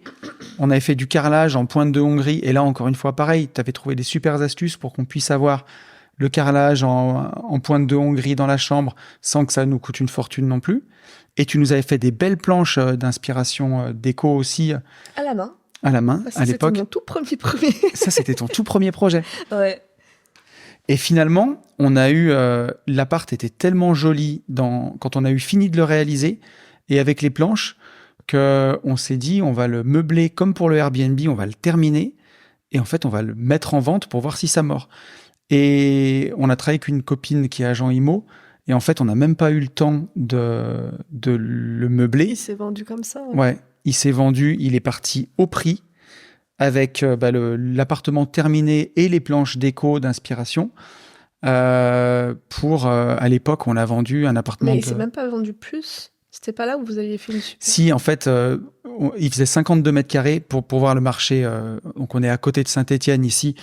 On est dans la Loire, c'est pas un marché très élevé, surtout sur le neuf, mais en fait, on l'a vendu au prix les plus hauts du neuf de vers chez nous. Il est parti à plus de 3300 € le mètre carré. Un 52 mètres carrés.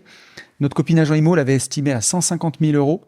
Et je lui ai dit, je pense qu'on peut arriver à le vendre à 169 000 parce qu'il était vraiment joli. Et en fait, il est parti à la première visite au prix sans négo à 169 000 €. Donc, merci chérie. On a fait une belle affaire. Bah, c'est cool, hein. Sur ce coup-là. Cool. Et ouais, c'est chouette. Et justement, je voulais insister là-dessus, sur le fait que la déco, moi, je m'en rendais pas vraiment compte, mais même sans aller jusqu'au bout, même sans meubler le bien, avec des belles planches d'inspiration, tout ce que tu peux faire et susciter, en fait, l'envie, l'émotion chez la personne, c'est dingue. C'est ça, la déco, en fait, c'est qu'il faut que tu utilises vraiment... ça, je le dis souvent dans mes posts, mais... utilisez les 5 sens quand vous pensez décoration pour les LCD, parce que plus on avance, plus les produits qui sont présents sur les plateformes, il y a du level. Ouais. Et il faut trouver encore d'autres idées pour pouvoir toujours se démarquer de la concurrence, parce que si tu proposes la même chose que ton voisin, il n'y a pas trop d'intérêt. Et on va de plus en plus vers les expériences immersives. Ouais. Et les expériences immersives, tu es sur un tarif... alors, tout dépend le public que tu vises, mais tu es sur un tarot à minimum 100 € la nuit. Ouais. Ça peut aller jusqu'à 200, 300, 400 balles la nuit. Et quand tu vises ces prestations-là, il faut que tu offres à ton client une réelle expérience. Donc, on va aller chercher et jouer avec tous les sens. Tu vas jouer avec les émotions, tu vas jouer avec les ressentis, tu vas jouer avec plein de choses. Et donc, pour l'achat-revente, c'est l'émotion un peu coup de cœur qu'il faut que tu ailles chercher. Il faut que ton client il puisse aussi s'identifier. Il faut pas avoir une déco trop personnalisée parce qu'il doit pouvoir s'identifier et se dire putain, demain, je peux vivre ici sans tout changer parce que ça me plaît. Oui.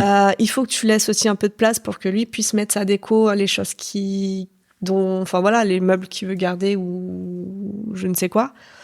Et c'est plein de petites subtilités et de différences entre un achat-revente. Tu meubles pas un achat-revente de la même façon que tu vas meubler une LCD, que tu vas meubler un truc à thème.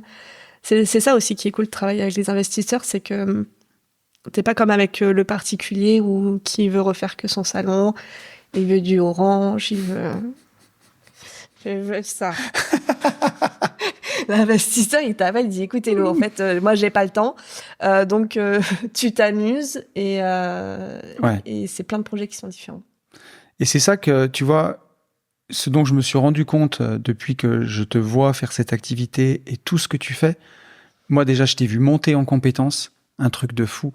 Entre les premières planches que tu faisais ici, justement, à la main, et aujourd'hui, ce que tu fais à l'iPad, où c'est incroyable. Enfin, je dis pas ça pour...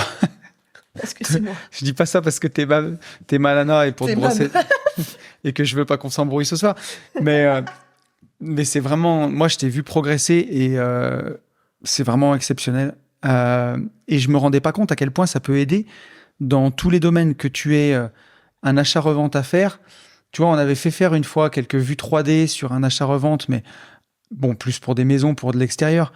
Mais ce qu'on peut faire avec les moyens que tu as vraiment à l'iPad et la touche que ça apporte, je sais pas comment tu le décrirais, mais tu sais, t'avais certains croquis, je te disais, ça fait un peu japonisant, tu vois, sur un peu manga, sur la façon dont c'est présenté. Tu peux donner plein d'inspirations différentes, plein de choses, suivant le client que tu vises, pour déclencher une émotion, un coup de cœur. Donc ça peut marcher pour meubler une LCD, ça peut marcher pour faire du home staging sur un appartement, même une loque meublée qui est vieillissante. Ça peut marcher pour faire des projections pour des plateaux, pour de l'achat-revente. Regarde-nous, ça a marché pour du neuf. C'est un truc de fou en fait, ce que ça peut apporter. Mais ça marche sur, j'ai envie de te dire, sur tous les projets que tu peux... Ouais. C'est juste la façon dont tu vas travailler le produit et que tu vas le présenter. Mais voilà, en tout cas...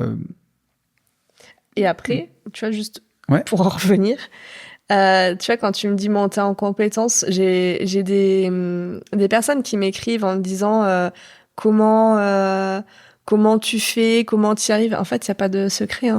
J'ai passé des soirées entières à me former. Parce que tu vois, mes croquis au départ où je me revois passer mes soirées avec ma règle et mon crayon à tout redessiner à la main.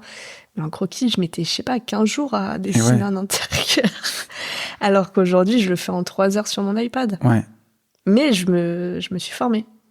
Ouais, c'est sûr. Il n'y a pas de hasard. En fait, il n'y a pas de secret. Il faut faire, refaire, continuer. Ah bah ouais. Il n'y a que comme ça que tu y arrives. Tu sais, enfin, on parle beaucoup de la théorie des 10 000 heures, où il faut faire 10 000 heures quelque chose pour le maîtriser en pratique. Tu n'as pas besoin d'aller jusqu'à 10 000 heures pour déjà savoir faire quelque chose comme il faut et gagner ta vie. Mais des dictons à la con, mais tu vois, c'est en forgeant qu'on devient forgeron. Ouais, en fait, il faut pratiquer, il faut faire, quoi. Il n'y a pas de secret. Et puis, il n'y a pas de secret. J'ai pas appris, c'est pas inné chez moi de maîtriser un iPad, ni le logiciel. J'aurais aimé, ça m'aurait fait gagner du temps et de l'argent. Mais non, c'est pas inné, je me suis formée. Mais justement, en parlant de ça, tu t'es formée dans plein de logiciels. Il y en a un que tu aimes beaucoup, que nous, on aime beaucoup, c'est System.io. Oh putain. Je déteste System.io. Aurélien Hamaker, si tu nous regardes, c'est le créateur de System.io. Pardon, monsieur.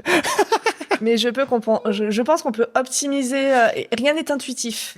Oui. J'ai besoin d'explications. L'avantage de System.io, c'est que quand tu te lances, c'est pas cher au départ. C'est 27 € par mois. Oui.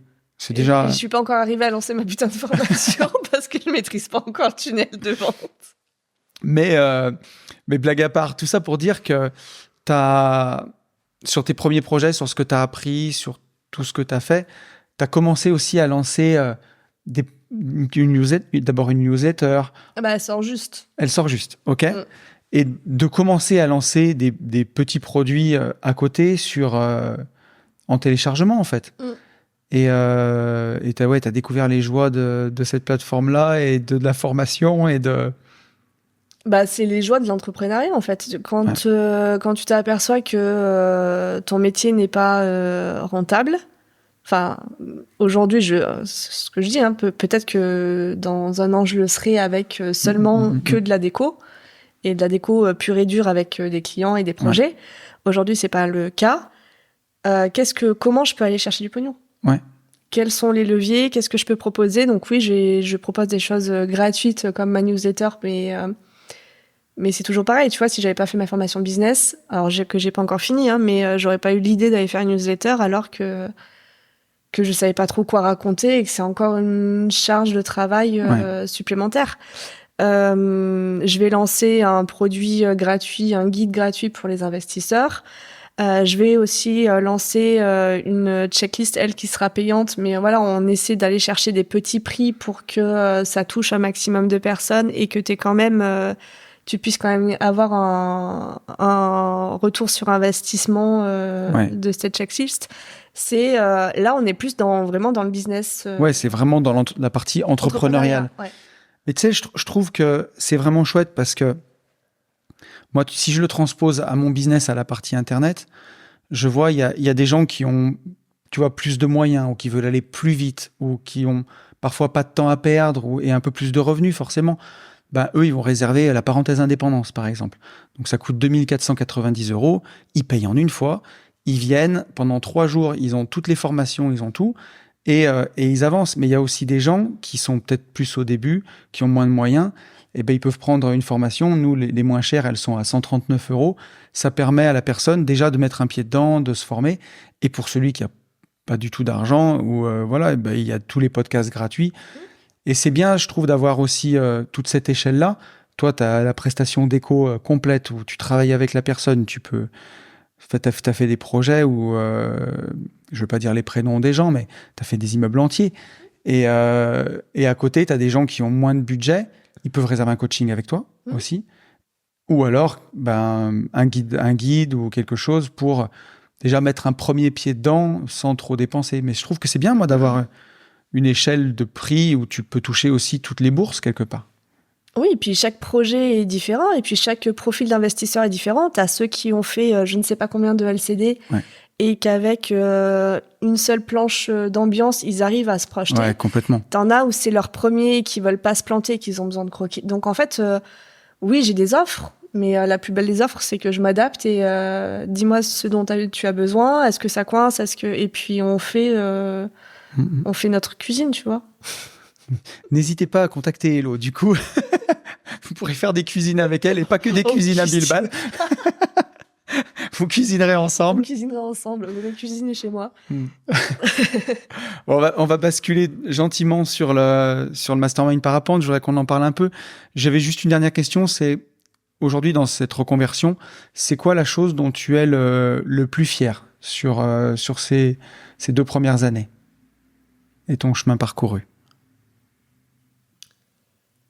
Le plus fier, c'est que j'ai pas encore baissé les bras et que non, mais pour de vrai, hein. Parce que tu sais, quand on te vend en plus c'est ça, j'ai envie de les taper ces gens-là sur Internet, quand on te dit que l'entrepreneuriat c'est facile, mais ferme ta gueule. Moi, j'ai jamais dit ça. Hein. J'espère. Alors, j'ai pas regardé toutes tes vidéos, mais non, mais c'est un gros mensonge. C'est un gros mensonge. En fait, il faut aimer ce que tu fais parce qu'il faut te préparer à le faire beaucoup, quoi. Mais ouais, mais ça change tout, ça change ta vie de femme. Et heureusement qu'on n'a pas d'enfant.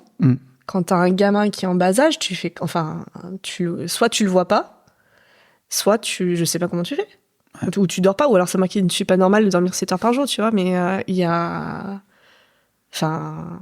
Non, pour de vrai, ne pas avoir lâché encore l'affaire, je suis fière, parce que en vrai, j'en chie. Hein. Ouais, non, mais tu peux être vraiment fier de toi. J'en chie. Moi, je te vois au quotidien et effectivement, tu travailles un truc de fou, quoi. Et le jour où je serai rentable, où je me paierai, là, ce sera Là, on aura gagné, tu vois. Mais déjà, ne pas avoir lâché, c'est cool. C'est bien. Ouais. Mais on n'est pas très très loin. Faut que ça continue encore. Et on n'est pas très très loin. Bah oui, il manque 2005 tous les mois sur mon compte en banque. Mais on n'en est pas loin. Donc, faites travailler Hello, envoyez-lui des projets. Ah, mais non, c'est pas je suis pas en train de chercher l'aumône, tu vois. Mais encore heureux, non, mais bien sûr que non. Mais quand on te dit que l'entrepreneuriat c'est facile, c'est une grosse. Tu sais, c'est. Comment ça s'appelle le film avec. Tu sais, les chips. Mensonge. Enfin, c'est pas mensonge, mais tu sais, c'est avec le croustille, là. Parce que mensonge, c'est autre chose. Mais c'est le premier mot qui m'est venu à l'esprit. Mensonge.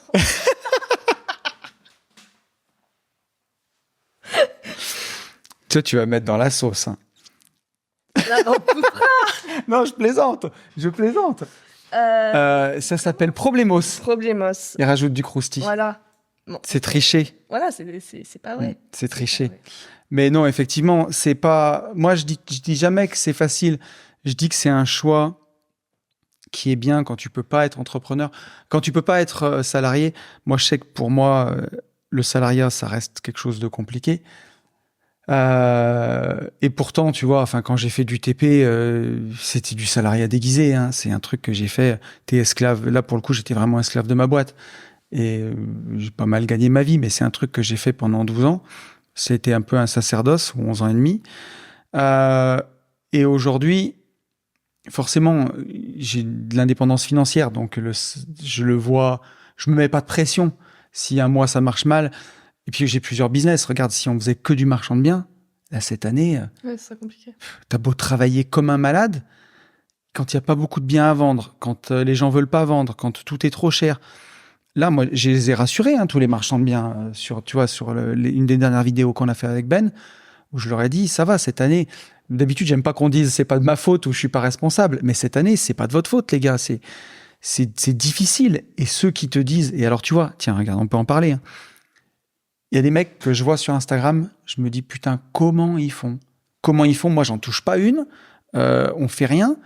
Les gars, t'as l'impression qu'ils touchent de l'or, tu vois. Et en fait, quand tu as les retours, quand tu discutes et quand tu creuses, tu te rends compte que les opérations qu'ils ont présentées, elles sont en négatif. C'est-à-dire qu'ils te montrent une super opération de marchand, ils ont perdu du fric. Quand ils ont vendu, perdu, c'est même pas tu fais zéro, c'est tu y es de ta poche. Et donc, c'est de la poudre aux yeux. Tu vois, nous, on l'a dit, on l'a expliqué, on a dit, il y a des opérations, on les sort à zéro. Il y en a une, j'ai pas fini de la vendre. Peut-être qu'on va perdre de l'argent, mais je le cacherai jamais. Donc, effectivement, quand on a fait des belles années, je l'ai dit, forcément, le marchand de biens, quand tu sais, ça part, tout le monde est un génie, hein, tout le monde gagne. Il n'y a pas besoin d'être ultra intelligent quand le marché monte pour gagner de l'argent. Même t'achèterais, tu signes un compromis, tu revendrais, le marché a déjà monté, t'as rien fait, t'as gagné des sous. Quand c'est plus difficile, c'est sûr. Donc, c'est pas toujours facile. Ce qu'il faut, c'est facile de dire, faut pas lâcher. Mais d'ailleurs, qu'est-ce qui a fait que t'as pas lâché, tiens, justement? Qu'est-ce qui fait que tu lâches pas? Parce que j'y suis pas arrivée. Là, j'ai cru que t'allais dire, c'est parce que je suis bien entourée, parce que j'ai mon chéri autour de moi. Non, tant que j'y arriverai pas, il faut que je me... Tu vois, je vais sortir mon premier salaire et puis je lâche tout. T'imagines? Et on repart au parapente et on se tire. Et on arrête. Et je retourne à l'usine et je prends 35 heures. La nana qui a rien compris, tu sais.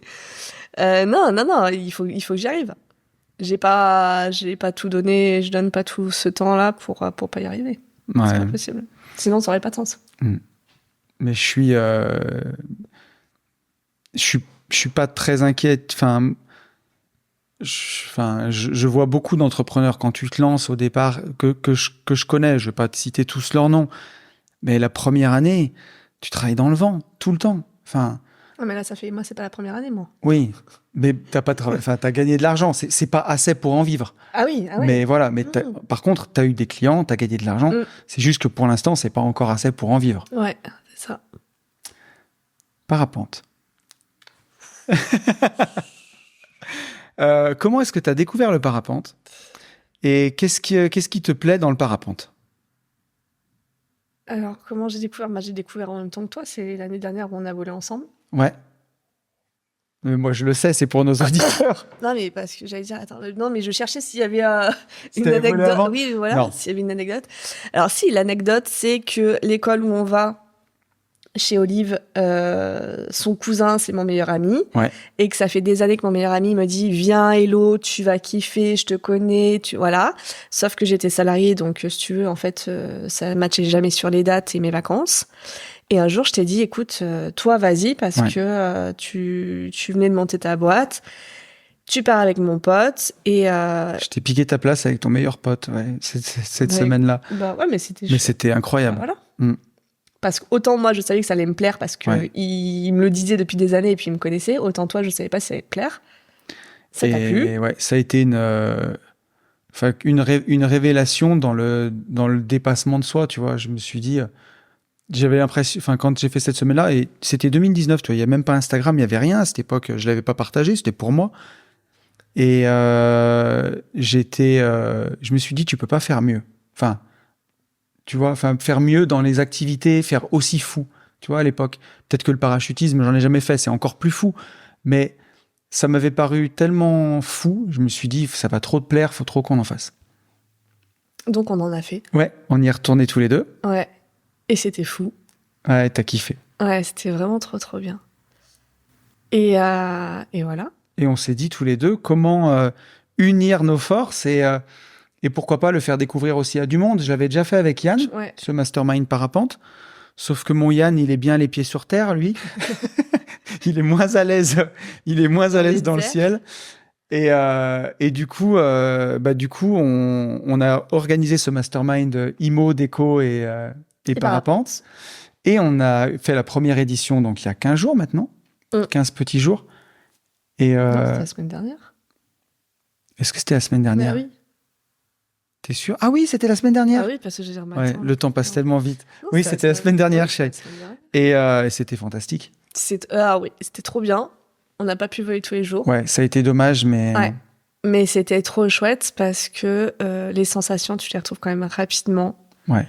Et tout de suite, Olive, il te fait monter il te fait faire des trucs... allez, ça, c'est bon, c'est acté. Maintenant, on va plus fort, on va plus vite.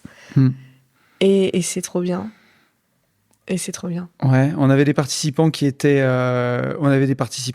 ravis. C'est dommage, on aurait bien aimé pouvoir faire ce mastermind au parapente, je vais y arriver, ce podcast avec eux pour qu'ils nous en parlent. Mais c'était chouette, c'est un mastermind, moi, que j'aime bien parce qu'il est familial. Finalement, on avait 4 participants, donc on était 6. Et tu avais prévu aussi beaucoup d'ateliers sur la déco. Et ça aussi, c'était super chouette. Tu veux dire un mot sur un petit peu ce que tu avais prévu, sur le fil rouge de la semaine? Le fil rouge, c'était de pouvoir créer et décorer une LCD. Ouais. En voyant toutes les différentes étapes. On voyait une étape par jour.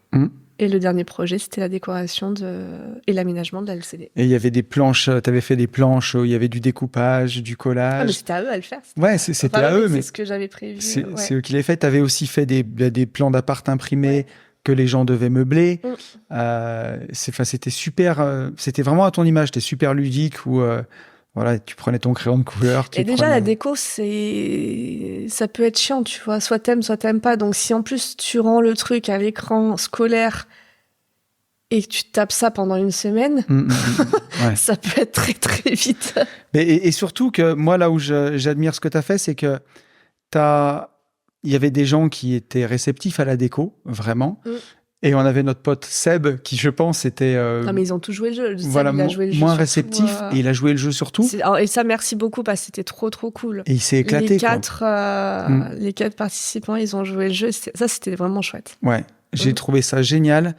Et justement, il y a plein de gens qui m'ont dit « Tony, j'aurais trop aimé faire du parapente, mais on n'est pas venu parce que la déco, c'était pas mon truc. » Et au final, la déco, c'était 1h30 par jour. Et le reste du temps, c'était le parapente. Alors bien sûr, c'était dans tous les échanges informels aussi qu'on a eu, mais vraiment les ateliers. Et en plus, les gens les ont adorés. Et même des gens, Je pense surtout à mon Seb, tu nous en voudras pas, hein, mais je sais qu'il était un peu moins réceptif et pourtant il a joué le jeu et il s'est trop marré, quoi. Je sais pas si c'est vraiment marré, mais en tout cas, il a joué le jeu sur la planche d'ambiance, il a joué le jeu sur l'aménagement. Et même à la fin, tu vois, il y avait le petit exercice. Alors, genre, explique-moi pourquoi t'as posé ça là.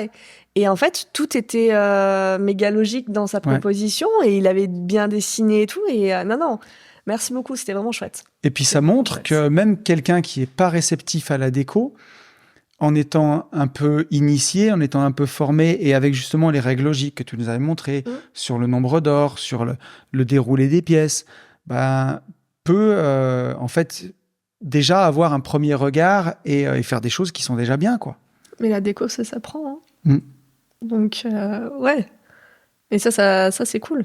Ça, c'est cool. On le refait l'année prochaine ? Alors, je sais pas. Alors, je sais pas, on peut refaire déco IMO. Ouais. Le seul truc où je suis partagée, c'est l'activité. Ah oui, peut-être pas parapente. Je sais pas. Bon. Dites-nous. Oui, votez en commentaire, dites-nous. Parce que moi, les nanas qui m'ont écrit non, le parapente, ça fait trop peur. Ouais. Ou c'est trop compliqué. Et donc voilà, ce sera poney ou parapente. Choisissez. Remarque, le cheval, c'est bien, mais je voudrais qu'on en parle un petit peu. Mais j'ai vu une petite question à la fin, justement, parce que tu as réussi à me faire mettre aussi un pied à l'étrier. Un pied à l'étrier. Et en plus, je suis pas trop mal au cheval. Hein. Ouais, mais ça, c'est la chance du début. C'est la chance du début. Bon, on verra. Je crois que je suis pas trop mal. Il y aura des barres à sauter. Ouais, je pense que je suis bien déjà. Mais, oui. Il faut qu'il garde les pieds sur terre pour l'instant, le cheval. Écoute, je sais que tu aimes bien te marrer, donc je t'ai préparé un petit quiz. Cool. Il y a des questions un peu plus soft, il y a des questions un peu plus what the fuck. Mais voilà, est-ce que tu es prête ? Ouais. Bon, tu peux me répondre assez rapidement. Est-ce que tu préfères un client qui a un budget illimité, mais qui veut une déco que tu vas détester, un truc que tu détestes, ou un client avec un budget vraiment serré, mais le projet t'adore ? La première. La première ? Ouais. Budget illimité ? Ouais. Et tu détestes la déco ? Ouais.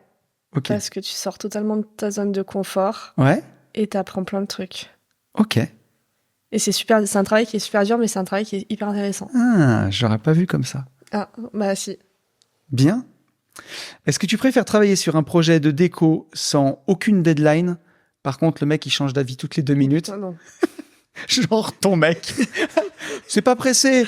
Par contre, j'aime pas trop. Non.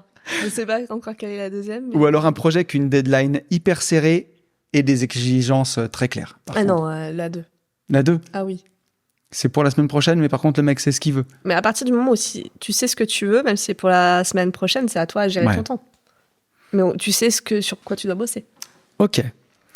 Est-ce que tu préfères travailler avec un client qui te donne carte blanche pour exprimer toute ta créativité, ou alors un client qui a des contraintes vraiment précises, mais qui par contre va savoir être à l'écoute de ton expertise ?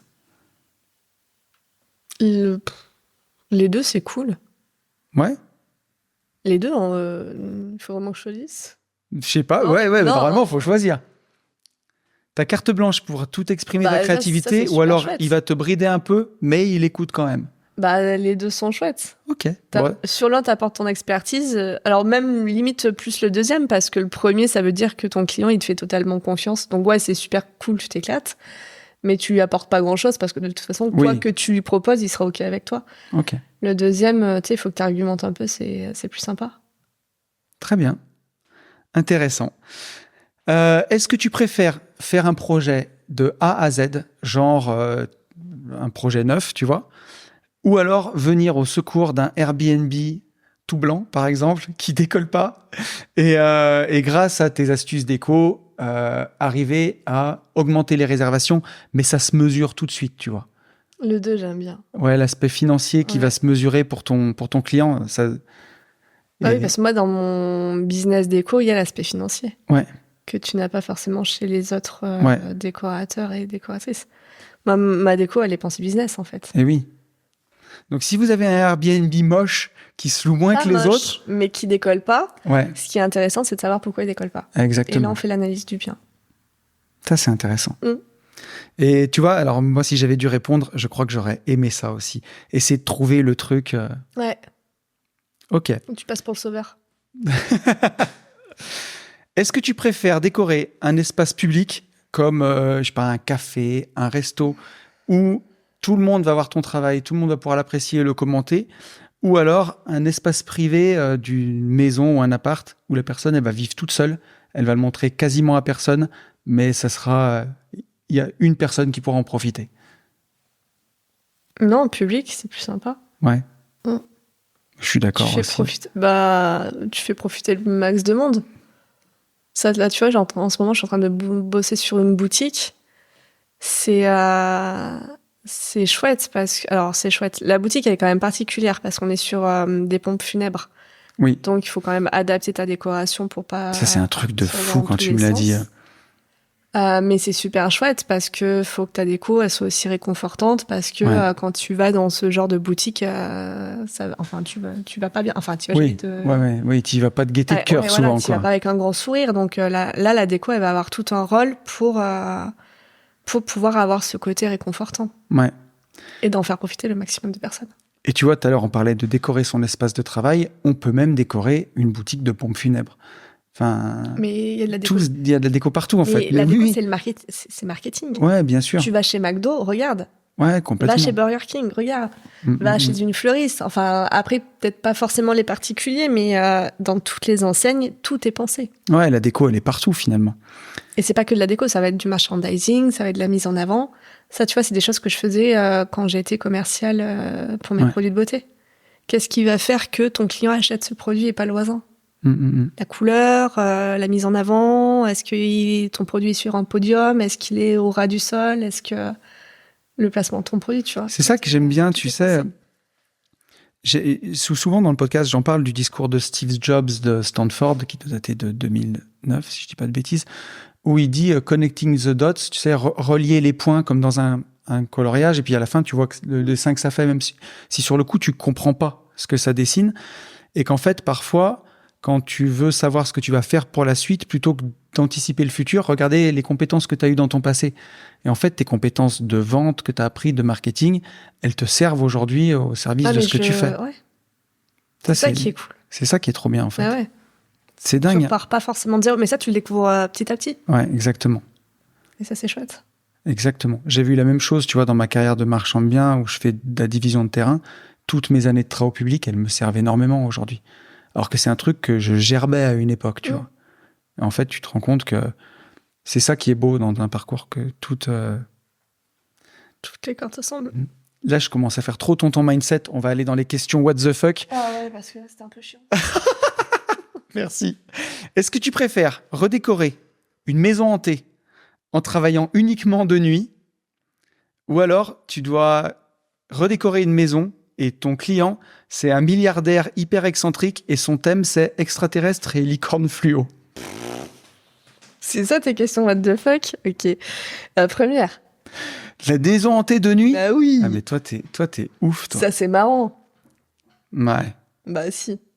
Ok. Mais tu flipperais pas? Mais non. Ouais, toi, tu flippes pas. C'est moi la flippette. Ouais. Par contre, j'aime bien me faire peur quand même. Ouais. Est-ce que tu préfères travailler pour un client qui insiste pour que toute sa maison soit décorée en hommage à ses 37 chats, ou pour un client qui veut décorer sa maison en utilisant uniquement des objets trouvés dans une décharge? Ah, le 2, ça peut être pas mal. À la déchetterie?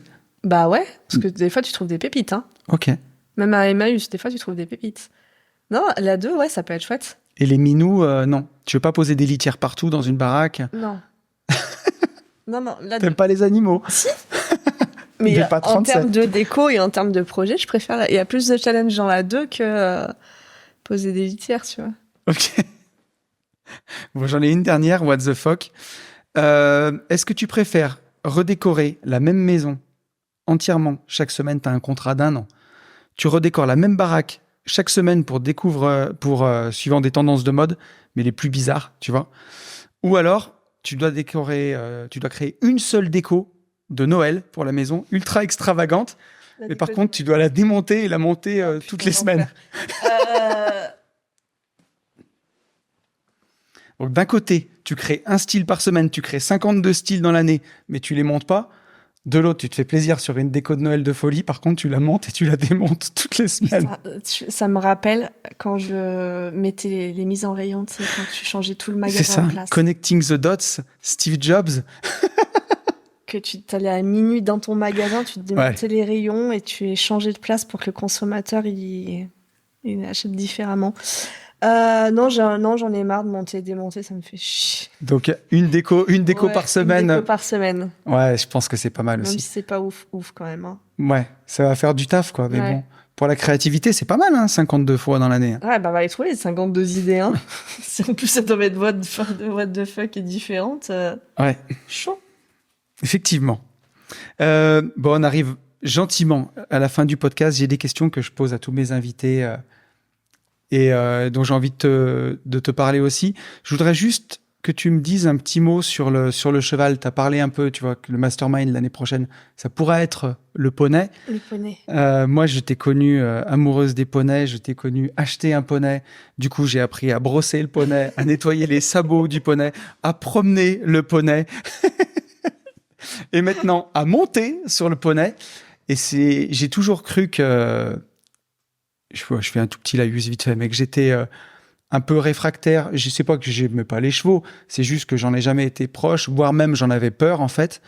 Et aujourd'hui, grâce à toi, et puis grâce à une amie qui m'a aidé justement à appréhender les chevaux et à, voilà, j'ai pas envie de dire à les dompter, parce qu'en fait, c'est le cheval qui a besoin de toi et que tu le protèges, mais appris à évoluer avec eux, quoi. Et aujourd'hui, j'apprécie vraiment, j'aime beaucoup.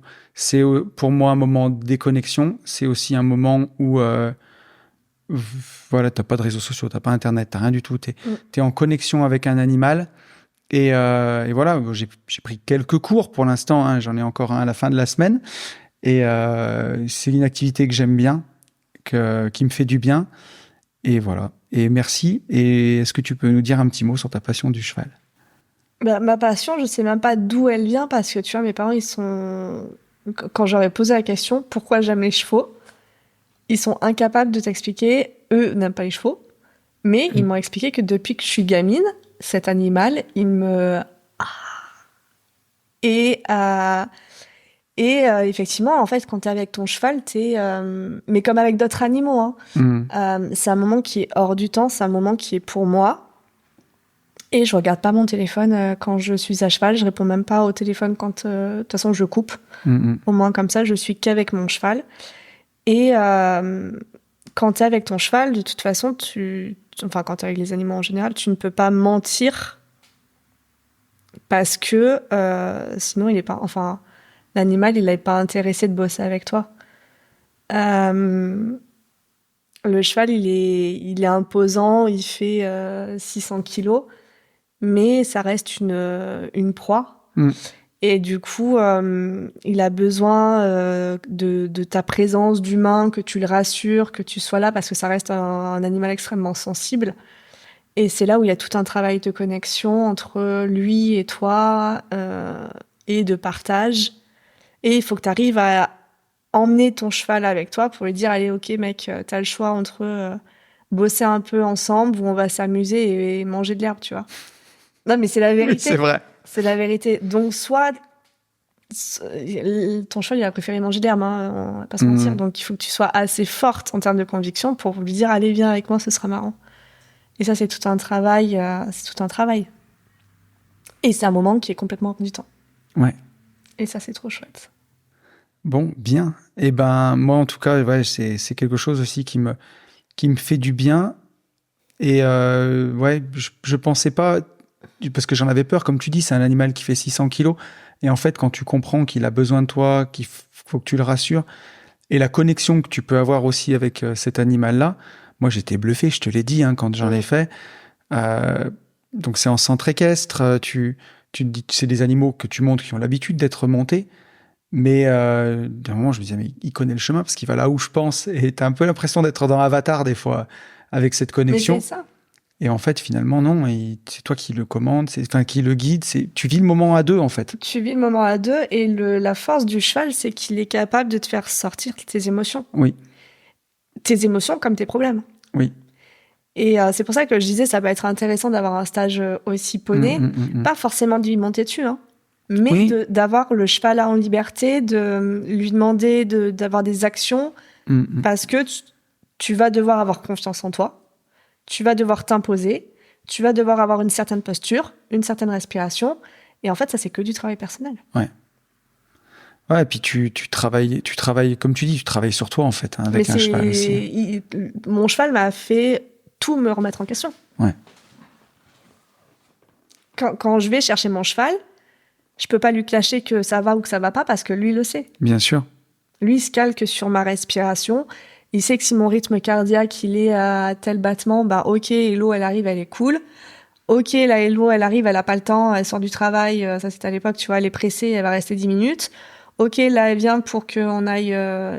Il sait le cheval. Ouais. Quand toi, tu sais pas parce que tu veux pas te le dire ou te l'avouer, lui, il le sait.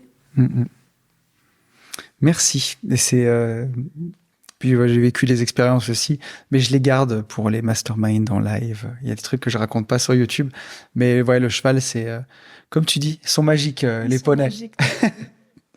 Donc merci. Et dites-nous en commentaire aussi si jamais l'année prochaine c'est quelque chose qui peut vous dire et que tu puisses organiser, parce que si ça plaît, tu peux faire partager vraiment deux passions, quoi, la déco et le cheval, et je pense que ça peut être vraiment excellent. Ça peut être chouette aussi comme expérience. J'ai encore 4 petites questions pour toi, chérie. Si tu pouvais te voir à 20 ans, tu pouvais voyager dans le temps, tu avais une dizaine de minutes avec toi à 20 ans, qu'est-ce que tu lui dirais à Hello de 20 ans ? Qu'elle continue, qu'elle fasse pareil, tout pareil. C'était trop bien. C'était trop bien. Peut-être qu'elle bosse un peu. J'ai toujours bossé, en fait, je me rends compte. Bien sûr que tu as toujours bossé. Peut-être qu'elle bosse un peu moins, qu'elle fasse un peu moins de déplacements, tu vois. Mais non, sinon tout pareil. C'était trop chouette. Trop bien. Qu'est-ce que c'est ta définition pour toi d'une bonne vie, d'une vie réussie, d'une bonne vie ? C'est une vie équilibrée. C'est déjà ton équilibre entre ta vie perso, ta vie pro. C'est aussi un équilibre dans ton couple, avec ta famille, avec les choses en fait, qui sont importantes pour toi. Ouais. C'est ça, une vie. À partir du moment où ce que tu fais a du sens, où tu arrives à partager et à avoir du moment pour toi, mais aussi pour les autres. Ouais. Et pas s'oublier soi. Ouais. Pas s'oublier soi. Je suis d'accord avec toi. Je le dis souvent, mais tu vois, pour moi, je dis toujours une bonne vie, ça commence par des bonnes journées. C'est de se dire d'avoir, tu vois, tous ces ingrédients-là, essayer de les avoir dans sa journée. C'est pas facile des fois. Il y a des journées, tu vas passer que sur ton business. Il y a des journées, t'es que en famille et c'est super. Et j'aime bien cette alerte-là parce que quand ça fait plusieurs semaines après que tu vois que t'es trop sur un domaine, ça te pousse aussi à prendre du temps pour te recaler sur un autre. Mais bonne définition. Et j'ai encore 2 petites questions. Moi, j'aime bien la lecture. Est-ce que tu as un livre que tu aimes bien, un livre qui t'a marqué, un livre que tu as envie de partager, ou ça peut être n'importe quoi. Un livre que tu as bien aimé. Mais business ou pas business ? Tout ce que tu veux. Business, j'en lis pas, de toute façon, ça me saoule. Oui, non, mais alors, justement. J'en ai plein les étagères, j'en ai pas ouvert. Non, business, ça me saoule. Un livre que j'ai bien aimé. En roman, j'ai bien aimé Changer l'eau des fleurs. Il est vraiment beau. Je le connais pas. Parce que toi, tu lis pas de romans. Non, j'en lisais beaucoup et j'en lis un peu moins. Mais il est vraiment chouette à lire. Ouais. J'adore les meurtres, les enquêtes policières. Je suis fan de tout ce truc. Donc ça, tout ce qui est roman policier où il faut que voilà. Oui. Il faut enquêter, j'adore enquêter. D'ailleurs, après ce podcast, Hello aimerait passer dans le podcast de Jacques Pradel ou de Christophe Ondelat. Alors, non, si tu passes dedans, c'est qu'il t'est arrivé quelque chose. Non. Ouais, non. Non, mais en experte, tu sais. Non, mais ça pour de vrai. Tu sais que quand j'ai t'en as écouté tellement que tu pourrais être experte. Il y avait Détective Privé qui était sorti. Sérieux ? Je te jure. Et la nana, elle me dit, ouais, c'est quand même bizarre. Je lui dis, non, en fait, je suis fan de ce genre de truc. Et tu vois, on joue à des jeux chelous, mais Tu vois, quand tu me montrais des photos en me disant mort ou pas mort. Attends, c'est quoi ça? Tu sais, Travel pas? Non. Tu sais, quand je te disais, quand tu ressens les sensations, tu sais, comme on parlait de communication animale, moi, je Oui. te disais que t'as des intuitions, que l'intuition, ça se Oui. travaille, et qu'on s'amusait quand Sab, elle est décédée. Ouais. Et tu sais, j'avais fait une com à une copine aussi. Oui, je me rappelle. Voilà. Et on s'était amusé pour détendre l'atmosphère à tu montrais des photos. Genre, t'avais du pont de Ligonnès. Tu me disais, alors, mort ou pas mort? Et je t'avais dit, mais non, mais lui, il vit sa meilleure vie. Il n'est pas du tout mort. Tu vois ça? Ouais. Ça, j'aime bien aussi. Ok. Ah oui, je me rappelle quand on avait fait ça. Oui, sur des personnalités ou des trucs comme ça. Ok. Et donc, un petit côté profileuse, mais version médium, peut-être. Mais je te jure, ça, je sais, si vous êtes médium, alors je sais pas, tu sais, j'en profite pour ça, t'as une grande communauté. Alors, mon rêve, non, certains de mes rêves, je kifferais faire une expérience perdue dans les bois. Ah oui. Savoir, ah ouais. De survivalisme. Ouais, stage de survie, tu vois. Juste de quoi, où je suis capable. Parce que je sais que je peux, mentalement, je tiens, mais vraiment. Moi, je te regarderai de mon canapé. Voilà, ouais. Je plaisante en plus parce que c'est un truc qui me plairait. Je suis sûr que je kifferais. Enfin, je kifferais pas le moment, mais je kifferais l'expérience. Ouais. J'allais dire, toi, tu serais dans le dur, je pense. Ouais, mais toi, t'aurais faim. Niveau dépassement de soi, tu vois, c'est. Oui, j'aurais faim, sûrement. C'est une certitude. On irait à la chasse au sang. Mais maintenant que j'ai perdu des kilos, j'ai pris l'habitude de vivre avec la faim pendant un moment. Mais ouais. Ça doit être trop chouette. Ouais, ça doit être chouette. Ça doit être chouette. C'est un truc de dépassement de soi qui me plairait. Bah moi, j'adorerais faire ça. Essayer. Juste pour savoir jusqu'où je suis capable. Après, c'était quoi? Tu me perds dans un bois, il faut que je trouve la sortie, tu vois, un truc comme ça j'aimerais trop. Il y en a qui ont essayé dans le projet Blair Witch. Fais gaffe, ils sont jamais revenus. Non. Au pire, je reviens pas, tu vois. Et après des enquêtes. Tu vas travailler ce truc de ressenti comme la com animale quand j'arrive à sortir des trucs où les gens ils me disent mais putain comment oui, parce que ça, tu vois.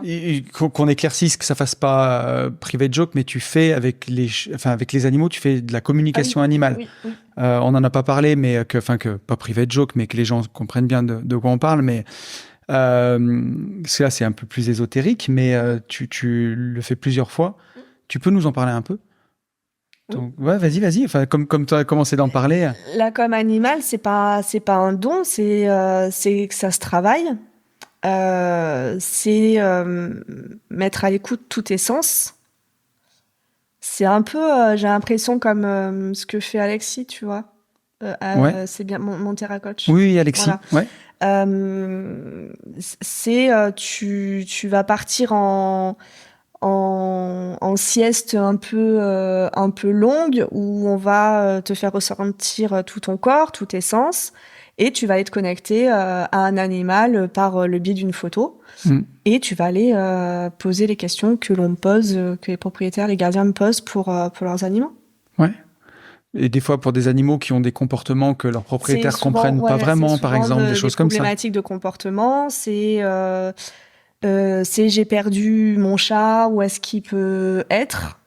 Donc ça, c'est plus compliqué parce que là, on part c'est un peu plus de la médiumnité, mais ouais, c'est je vais acheter ce cheval. Est-ce que tu peux me dire, tu vois, souvent Amandine, elle me dit, voilà, il y a ces chevaux à aller chercher. Est-ce que tu peux me dire un peu leur passé, ce qu'ils ont vécu, pour savoir si le vendeur te la fait pas un peu à l'envers.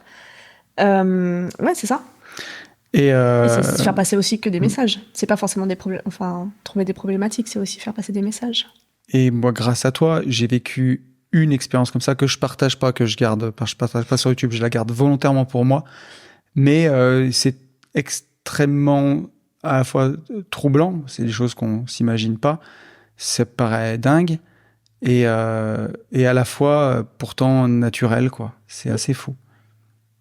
Mais tu sais, quand t'entends parler d'un chat la première fois, mais j'explose de rire, tu vois. Je me dis, mais je suis complètement... J'ai pas pris de drogue, hein. J'étais nette, hein. Mais tu te dis, mais c'est bizarre, tu vois. Et t'as pas envie d'y croire. Parce que c'est trop bizarre. Ouais. et tu as aidé... alors, si vous avez un projet de déco ou si vous avez perdu votre chat... Non, je plaisante. Mais par contre, tu as aidé... à côté, comme ça, tu as aidé plusieurs de nos connaissances, de nos amis, sur des problèmes ou de comportement de leur animal ou de chats qui ont disparu, et avec des trucs... Pourtant, des gens qui sont assez terre-à-terre, quoi, qui ont été bluffés de chez bluffés. Nico, il en parle, tu vois, je savais même pas qu'il en avait parlé dans son podcast. Ah oui, remarque, oui. Alors, Nico en a parlé, donc on peut en parler. Ouais. Nico, investisseur, mon collègue podcasteur qui a le podcast Oser by Nico, a fait appel à toi, justement. Ouais, parce que son petit chat allait partir et que du coup, il voulait avoir les derniers messages et lui dire que c'était OK, que tout allait bien. Et Nico, en fait, mais je m'en souviens mais c'est trop marrant parce que je m'en souviens comme si c'était hier. Je me baladais avec mon foufou dans la forêt, tu vois, on était que tous les deux.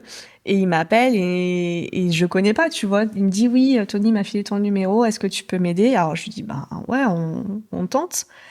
Et en fait, Nico, je lui ai donné plein de messages, mais j'ai jamais eu de retour. Enfin, il m'avait juste dit que voilà, son chat était parti, que ça s'était plutôt bien passé, mais j'avais jamais eu de retour. Et un jour, Nico m'écrit et me dit, écoute, hello, j'ai fait un podcast avec une médium, avec Anne, et j'ai parlé de toi dans ce podcast et on me demande ton numéro. Sauf que moi, j'ai pas pris l'ampleur du truc, tu vois. Et en fait, j'ai reçu des demandes et des demandes de communication, mais moi, c'est pas mon métier. Oui, tu veux pas en faire du commerce de ça. Non, je veux pas en faire du commerce parce que c'est pas mon métier. Je fais ça quand j'ai le temps, quand j'en ai aussi besoin parce que ça me nourrit intérieurement, mais ça prend aussi de l'énergie, ça prend du temps. Et c'est là où on en parle avec Nico. Et en fait, j'écoute le podcast parce que je suis intéressée. Et en fait, Nico explique que tout ce que je lui ai dit, j'étais dans le vrai et que ça lui a vraiment parlé. Et tu sais, je trouvais ça marrant de l'apprendre par le biais d'un podcast. C'est incroyable. Et je lui ai marqué. J'ai dit, mais t'aurais dû me dire parce qu'on aurait pu même aller un peu plus loin, tu vois. Mais c'est chouette en tout cas. Et ça lui a permis de faire aussi son deuil et de vivre les choses mieux. Et puis, ouais, c'était bien pour tout le monde. Ouais. C'était une belle histoire. J'ai une dernière toute petite question pour toi, chérie.